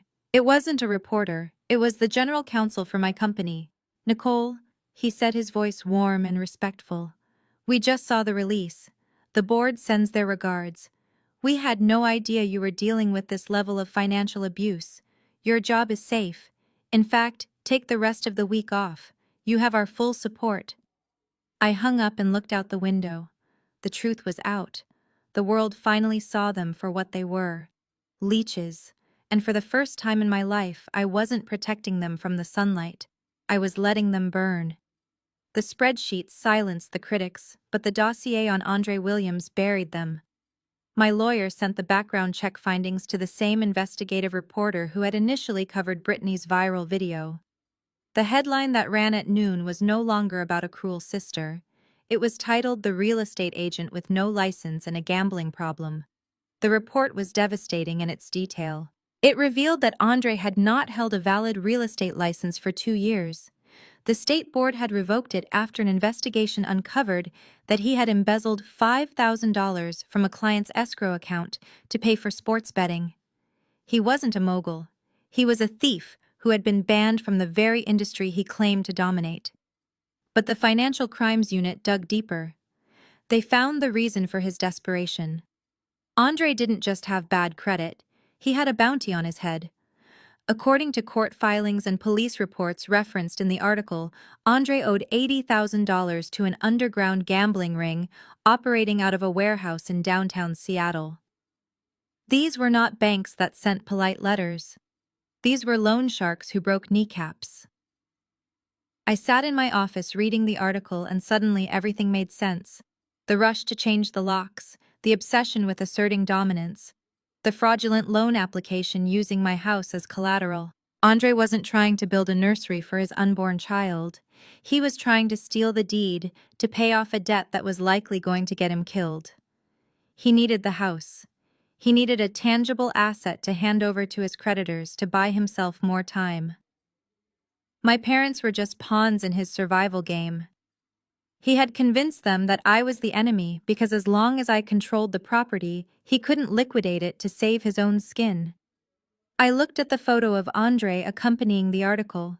It was a mugshot from a DUI arrest 3 years ago that he had managed to hide from the family. His eyes looked hollow and desperate. My phone started ringing again. This time it was the reporter. "Ms. Harrison, do you have a comment on your brother-in-law's criminal history?" the voice asked. "Were you aware that he was attempting to defraud a hard money lender using your property title?" I declined to comment and hung up. I didn't need to say anything. The court of public opinion was already passing sentence. The comments section on the news site was brutal. "He tried to steal his wife's family home to pay a bookie," one user wrote, "and he let his pregnant wife freeze in the dark to hide it. That man is a sociopath." I felt a strange pit in my stomach. I wasn't happy. I was horrified. My parents were locked in a freezing house with a desperate man who owed $80,000 to violent criminals. They thought they were fighting for independence, but they were actually trapped in a cage with a cornered animal, and cornered animals bite. I realized then that this wasn't just a legal battle anymore. It was a hostage situation, and my parents were too blind to see the gun pointed at their heads. Inside the freezing living room, the silence was broken only by the sound of heavy breathing and the wind rattling the window panes. My father Gerald sat hunched over his phone reading the news article my lawyer had planted. His eyes scanned the lines of text that destroyed his entire worldview. Andre Williams accused of predatory lending fraud, $80,000 in gambling debt, attempted mortgage fraud using in-laws' home. Gerald stood up slowly. His joints popped in the cold air. He walked over to where Andre was pacing by the window looking for a signal that wasn't there. Gerald held the phone up like a weapon. "Is this true?" Gerald asked, his voice shaking with a rage I had never heard before. "Did you try to take out a loan against this house? Did you forge my signature on these documents?" Andre stopped pacing. He did not look ashamed. He looked annoyed. It was just a bridge loan, Gerald. I needed liquidity to close a big deal.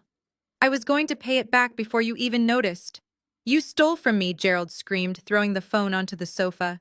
You lied to us. You said you were a vice president. You said you were rich.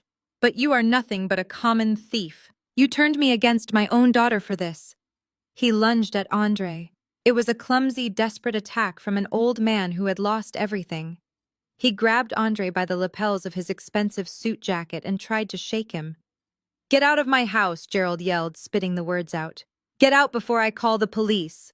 Andre laughed a cruel barking sound. He shoved Gerald backward with one hand. My father stumbled over the coffee table, knocking over a vase before falling hard onto the floor. Your house, Andre sneered, standing over him. You still do not get it, do you, old man? This is not your house. It never was. It belongs to the daughter you treated like garbage. And now, thanks to me, she has exposed us all. You think the police will help you? I am the only thing standing between you and the street. Brittany screamed from the corner, clutching her belly. Dad, stop it. Andre, stop it. You are hurting him. But the violence had already shattered the last illusion of family unity. My mother Brenda sat frozen in her chair, clutching her mink coat, staring at her husband on the floor. She realized then that the strong male figure she thought she was following was actually a parasite, and the husband she dominated was too weak to protect her. The house was dark, the heat was gone, and now the trust was completely broken. They were just four strangers trapping each other in a nightmare, fighting over the scraps of a life I had paid for. My phone buzzed against the mahogany desk in my Chicago office. It was a number I knew by heart but had not answered in days. Mom. I stared at the screen for a long moment. Outside, snow was falling gently on the city skyline, but inside my office it was 72 degrees and peaceful. I tapped the green icon and put it on speaker. Hi, sweetie, Brenda chirped. Her voice was an octave higher than usual, a sickly sweet tone she reserved for when she wanted something expensive. It was the same voice she used when she asked me to pay for Brittany's wedding dress. Hello, Mother, I replied, leaning back in my leather chair. We were just sitting here thinking about you. Brenda continued, ignoring the ice in my voice. It is almost Christmas, you know. The house feels so empty without you. We were hoping you could fly down. I will make your favorite pecan pie. Let us just put all this unpleasantness behind us. We are family after all.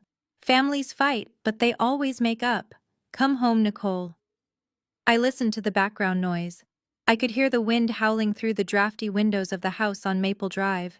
I could hear the faint sound of someone coughing, likely Brittany. But Brenda was acting. She was pretending she was calling from a warm, cozy kitchen, not a freezing crime scene where her son-in-law had just assaulted her husband. Unpleasantness, I repeated slowly. Is that what you call it? Andre assaulted Dad. He forged a deed. He tried to sell my house to a loan shark to pay off a gambling debt. And you want to eat pie? Oh, that was just a big misunderstanding. Brenda laughed nervously. Boys will be boys. Andre is under a lot of stress. He apologized to your father. We are all fine. We just want our Nikki back. We want to start over. Just unlock the door, sweetie, and turn the heat back on and we can have a nice dinner. There it was. The ask. It was wrapped in nostalgia and guilt, but the core of it was purely transactional. She did not want me. She wanted the furnace. She wanted the credit card. She wanted the problem to go away without having to admit she was wrong. She was trying to manipulate me one last time, thinking I was still the desperate daughter seeking approval. I am not coming to dinner, Mom, I said, my voice flat and hard. And I am not turning the utilities back on. That house is a liability and everyone inside it is a squatter. Brenda's voice hardened, instantly dropping the sweet facade. Do not be like this, Nicole. We are your parents. You cannot treat us like enemies. We are willing to forgive you for the embarrassment you caused if you just fix this right now. Forgive me, I asked, incredulous. You are willing to forgive me for stopping you from stealing my property. That is rich. I looked at the file on my desk. The eviction notice was already drafted. The criminal complaint against Andre was already filed. The time for talking was over. Listen to me closely, Mother, because I am only going to say this once. I do not negotiate with terrorists. And right now, that is exactly what you are. You are holding my love hostage to get my money. But the ransom has not been paid, and it never will be again. I hung up the phone before she could scream. I blocked the number. I sat there in the silence of my warm office feeling a massive weight lift off my chest. I had finally done it. I had fired my mother. And for the first time in my life, I did not feel guilty. I felt free. I stared at the disconnected phone screen. The silence in my office was heavy, but for the first time it did not feel lonely. It felt clean. That phone call with my mother was the final severance of the umbilical cord. I realized in that moment that I could never go back to 42 Maple Drive. Even if I won the legal battle, even if I evicted them and renovated the entire property, the walls would always whisper with the ghosts of their manipulation. The house was not an asset, it was a tumor, and like any tumor, it needed to be cut out before it killed me. I turned back to my computer. I did not search for a luxury real estate agent.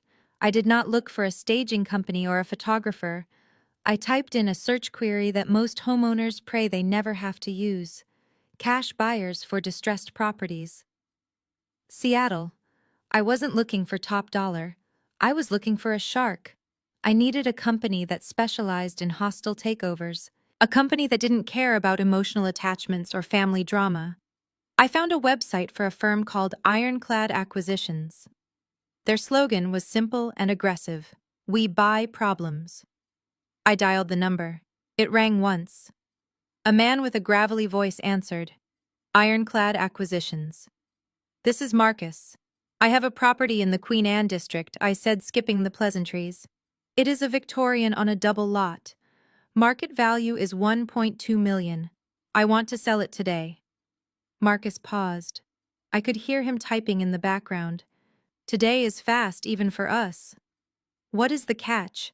Is the foundation cracking? Is it a meth lab? The structure is sound, I replied, keeping my voice businesslike.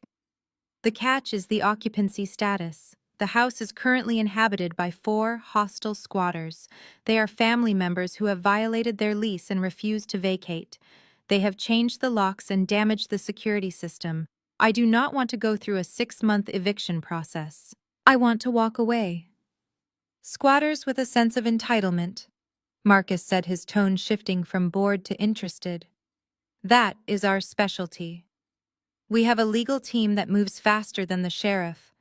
We have a private security detail that handles access. But you know the drill.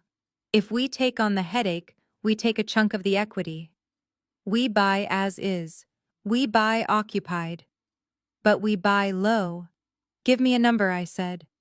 If the comps are 1.2 and I have to send a crew to clear the place out, I will give you 700,000 cash. We close in 48 hours. You sign the deed and we take the keys. Or whatever keys are left. I did the math in my head. $500,000 lost. That was the price of my freedom. That was the cost of never having to hear my mother's voice again. To anyone else, it was a financial disaster.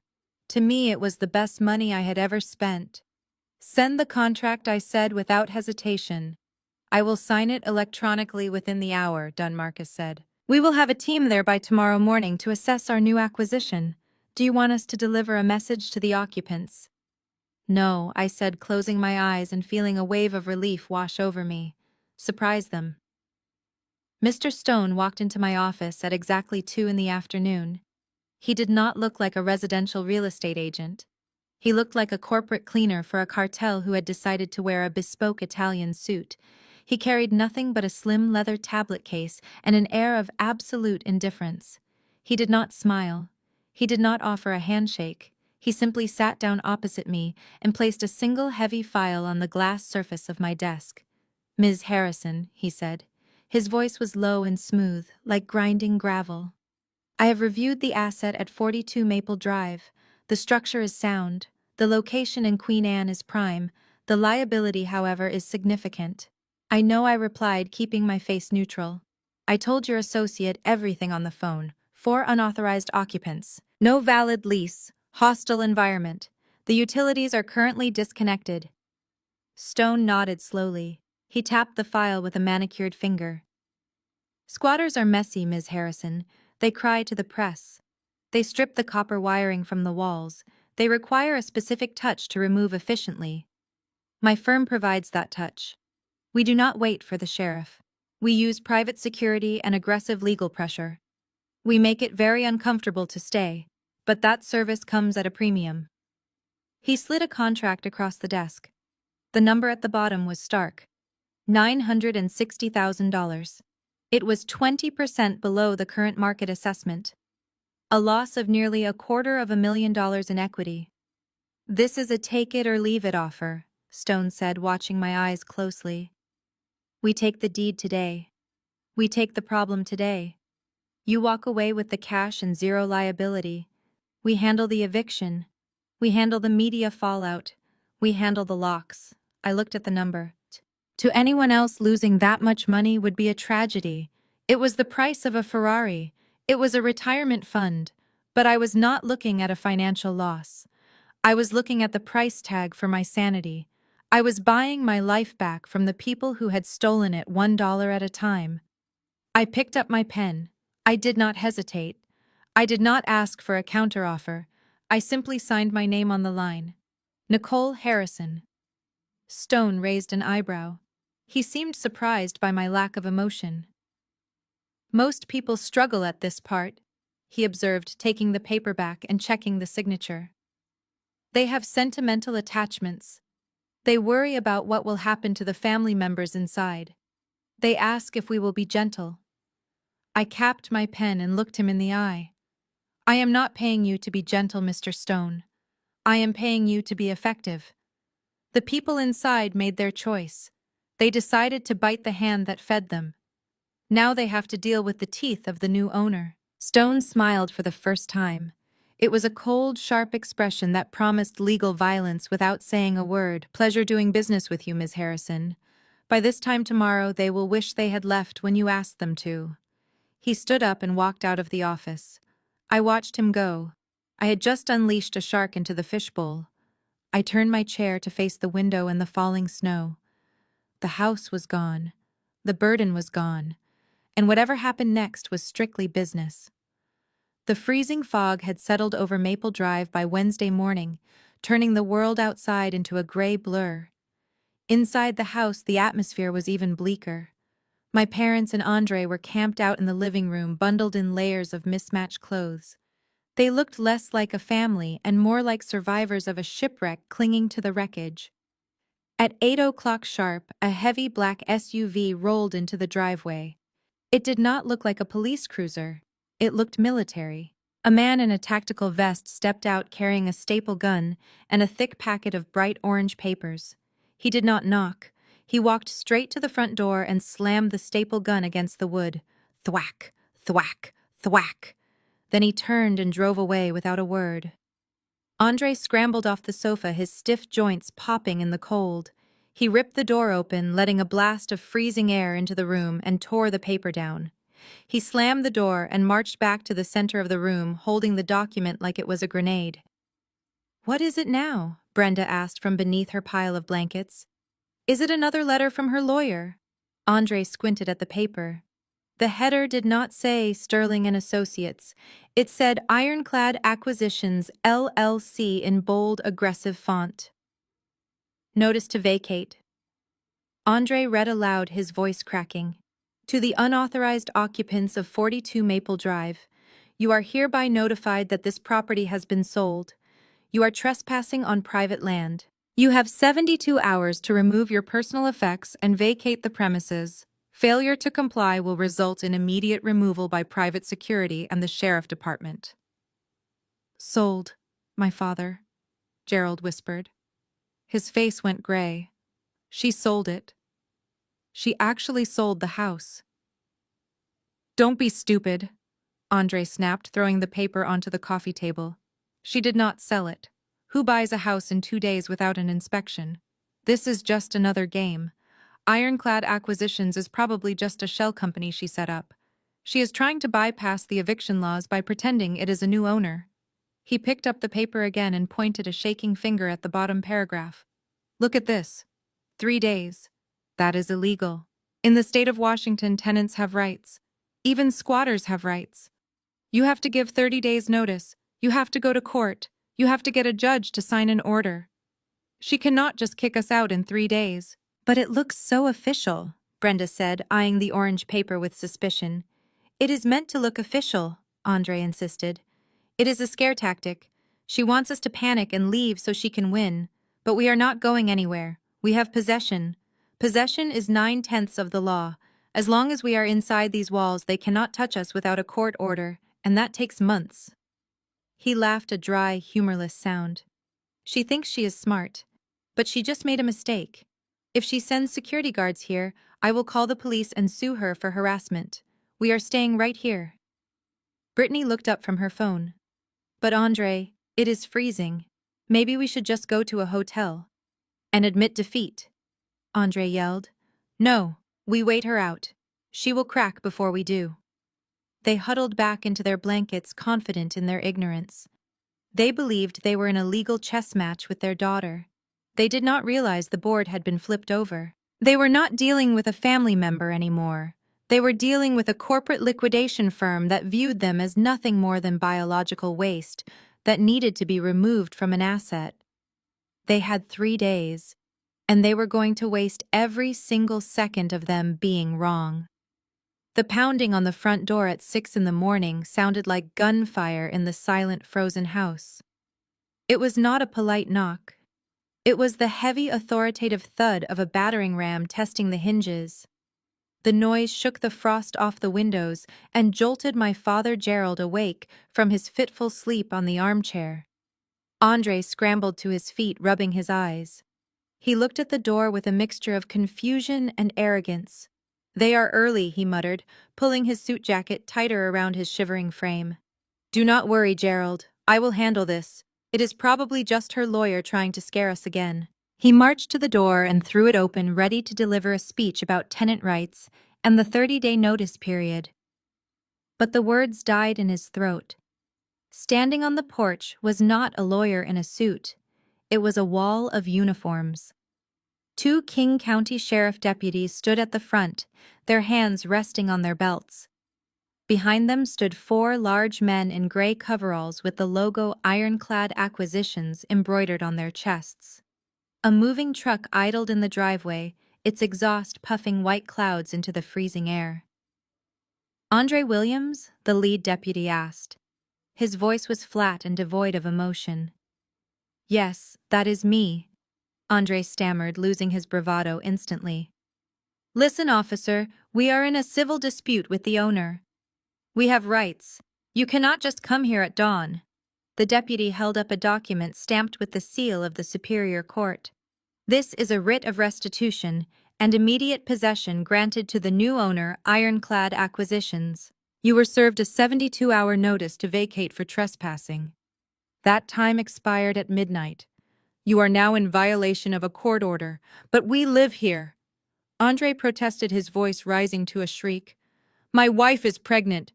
My in-laws are elderly. You cannot kick us out in the cold. We need 30 days. You had 5 years, the deputy cut him off. You are not tenants. You are unauthorized occupants on a property that has been sold. You have 10 minutes to gather your essential personal items and vacate the premises. If you refuse, you will be arrested for criminal trespass and obstruction of justice. Before Andre could argue further, the men in the gray coveralls surged forward. They did not ask for permission. They walked past Andre as if he were a piece of furniture. They carried empty cardboard boxes and rolls of packing tape. My mother Brenda screamed as a stranger walked into the living room and picked up her vase. What are you doing? Put that down. Gerald, do something. My father stood up, his legs shaking. He looked at the deputies, then at the movers who were already sweeping items off the mantel into boxes.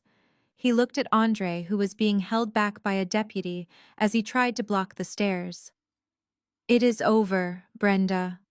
Gerald whispered, his voice broken. It is really over. Get your coats, the deputy ordered, stepping into the foyer. Anything you leave behind will be moved to a storage facility at your expense. You have 9 minutes left. The reality hit them like a physical blow. There was no negotiation. There was no calling Nicole to beg. The house they had fought so hard to keep was being dismantled before their eyes. Brittany began to sob, clutching her belly as a mover picked up the television remote. The warmth of the dream was gone, replaced by the cold, hard efficiency of the law. They were being evicted not by family, but by the consequences of their own pride. The front lawn of 42 Maple Drive looked like a landfill of broken dreams within 20 minutes. The ironclad crew moved with a terrifying efficiency that suggested they had done this 1,000 times before. They were not paid to be careful. They were paid to be fast. A mover walked out the front door, carrying a stack of my mother's expensive china plates. He tripped on the icy porch step. The plates crashed onto the concrete, shattering into 1,000 pieces. My mother Brenda let out a sound that was half scream and half sob. "That is Limoges," she wailed, trying to run toward the shards, but her legs were too stiff from the cold to move quickly. Those were a wedding gift. Nobody cared. The movers stepped over the broken porcelain as if it were trash. They continued their relentless march in and out of the house, dumping armfuls of clothes and furniture onto the wet grass. Brittany sat on a pile of garbage bags near the mailbox, rocking back and forth. Her carefully curated image was gone. Her hair was matted and her face was streaked with mascara. She was screaming at a deputy who was standing guard by the moving truck. "My baby!" she shrieked, pointing at the house. "You are traumatizing my baby. This is illegal. My sister will sue you for this. You are all going to jail." The deputy did not even blink. He just crossed his arms and looked at the horizon, waiting for the clock to run out.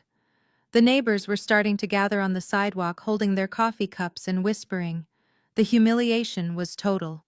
The Harrison family was being purged from the neighborhood they had desperately tried to impress.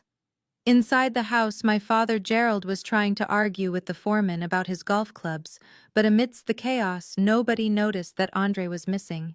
He was not helping his pregnant wife outside. He was not comforting his mother-in-law. He had slipped away quietly during the initial breach.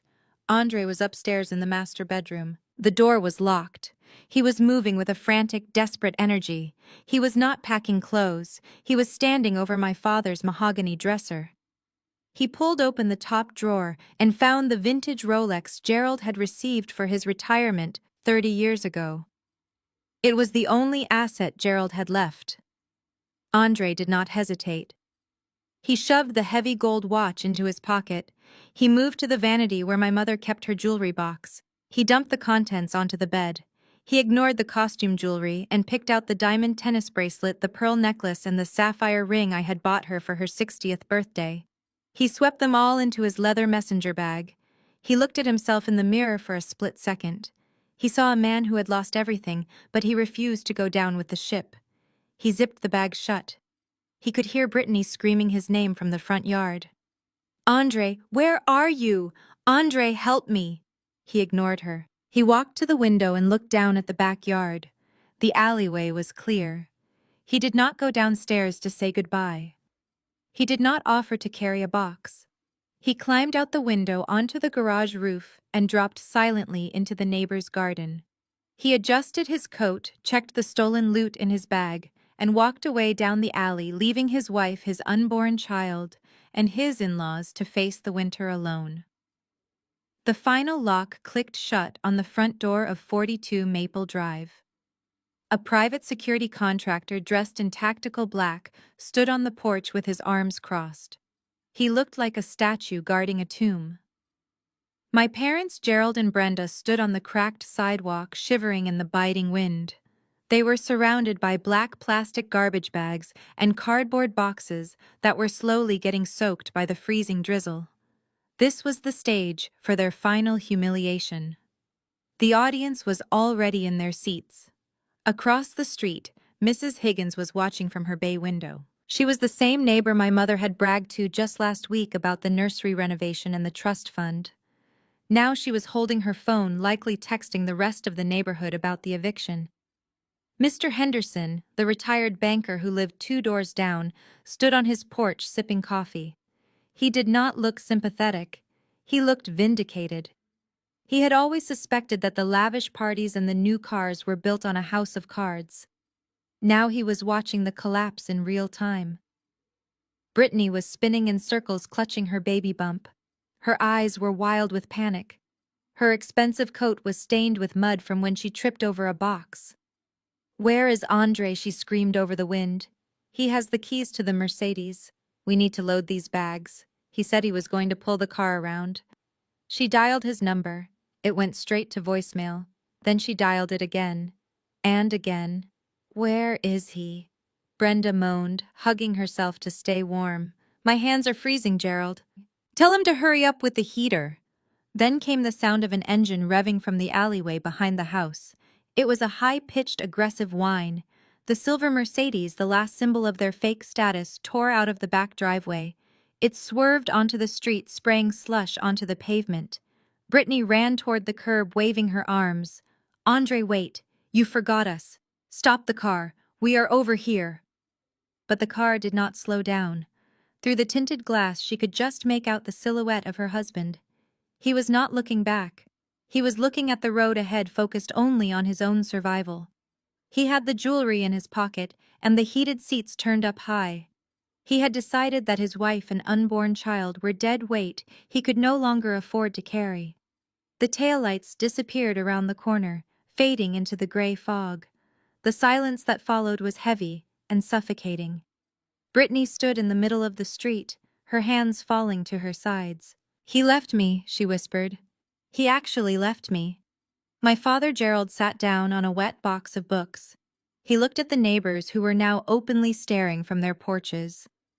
They were whispering, pointing at the piles of debris. The shame was worse than the cold. The facade was stripped away, leaving them naked and vulnerable. Mr. Henderson shook his head and went back inside, closing his door firmly. He had seen enough. The illusion was gone. There was no dynasty. There was no wealth. There was just a pile of trash and 3 people who had bet everything on a lie and lost. It started to snow harder, covering the garbage bags in a thin layer of white. They had no car. They had no home. They had no money. They stood there on the curb of the house they used to pretend they owned, realizing that the daughter they had pushed away was the only reason they had ever been warm in the first place. But Nicole was not coming, and Andre was gone. For the first time in their lives, they were truly alone. The wind off Lake Michigan was sharp enough to cut glass, but to me it felt like a baptism. I walked along the concrete path of the lakefront trail. The city skyline rose behind me, a fortress of steel and ambition. It was a stark contrast to the rotting Victorian shell I had left behind in Seattle. Here the air smelled like ice and progress. My coat was cashmere and heavy, paid for with money I had actually earned and kept. My boots were sturdy against the pavement. For the first time in 10 years, I was not walking with the weight of 3 other adults on my shoulders. I was not worrying about a mortgage payment for a house I did not live in. I was not dreading a phone call about a broken water heater or a maxed-out credit card. The silence in my head was absolute.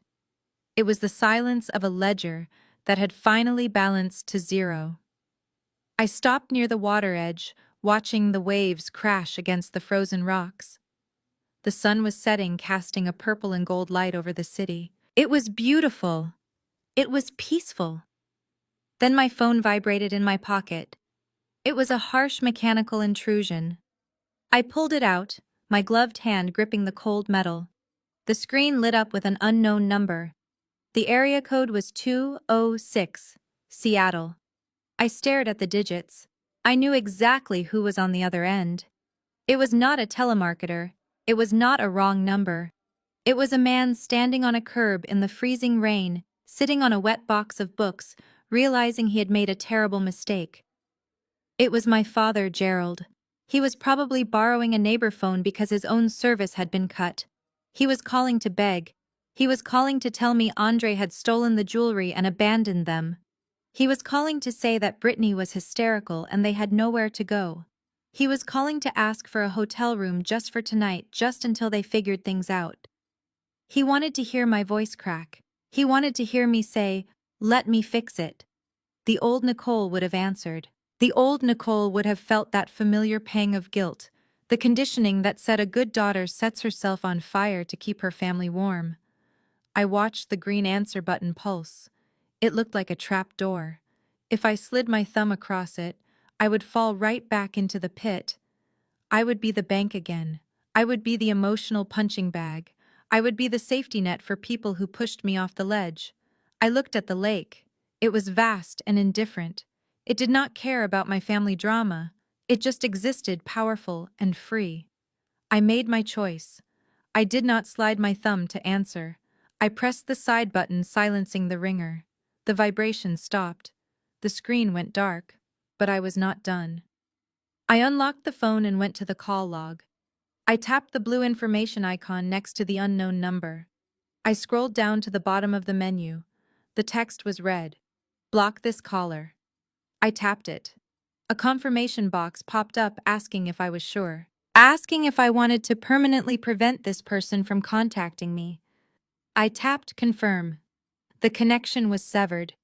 The invisible line that tethered me to their dysfunction was cut. I put the phone back in my pocket. I did not feel sad. I did not feel angry. I felt light. I took a deep breath, filling my lungs with the freezing clean air. Then I turned my back on the west. I turned my back on the guilt. I started walking north toward the city lights that were just beginning to twinkle in the twilight. I had a dinner reservation at a steakhouse. I had a career. I had a life. And for the first time, it was entirely mine. I walked faster, my heels clicking a rhythm of independence on the pavement. I did not look back. The screen of my life did not fade to black. It faded to a brilliant, blinding white.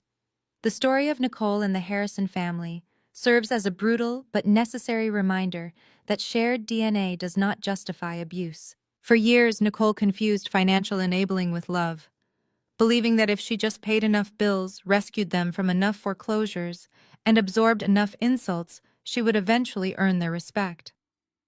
However, the hard truth revealed in this saga is that you cannot buy your way into the hearts of people who only view you as a resource.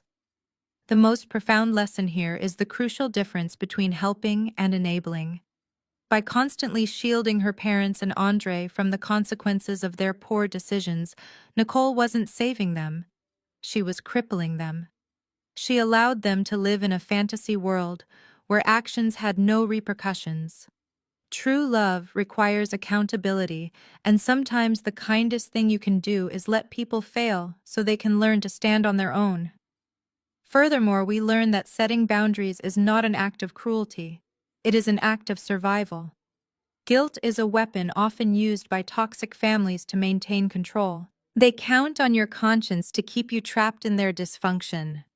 Nicole's journey teaches us that you are not obligated to set yourself on fire just to keep others warm, especially when they are the ones holding the matches. Walking away and cutting ties was not about punishment. It was about self-preservation. Peace is expensive.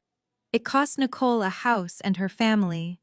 But as she walked along Lake Michigan, she proved that reclaiming your dignity is worth every penny. If you've ever felt trapped by family obligations or undervalued by those you support, tell us in the comments. What is one boundary you need to set today to reclaim your peace?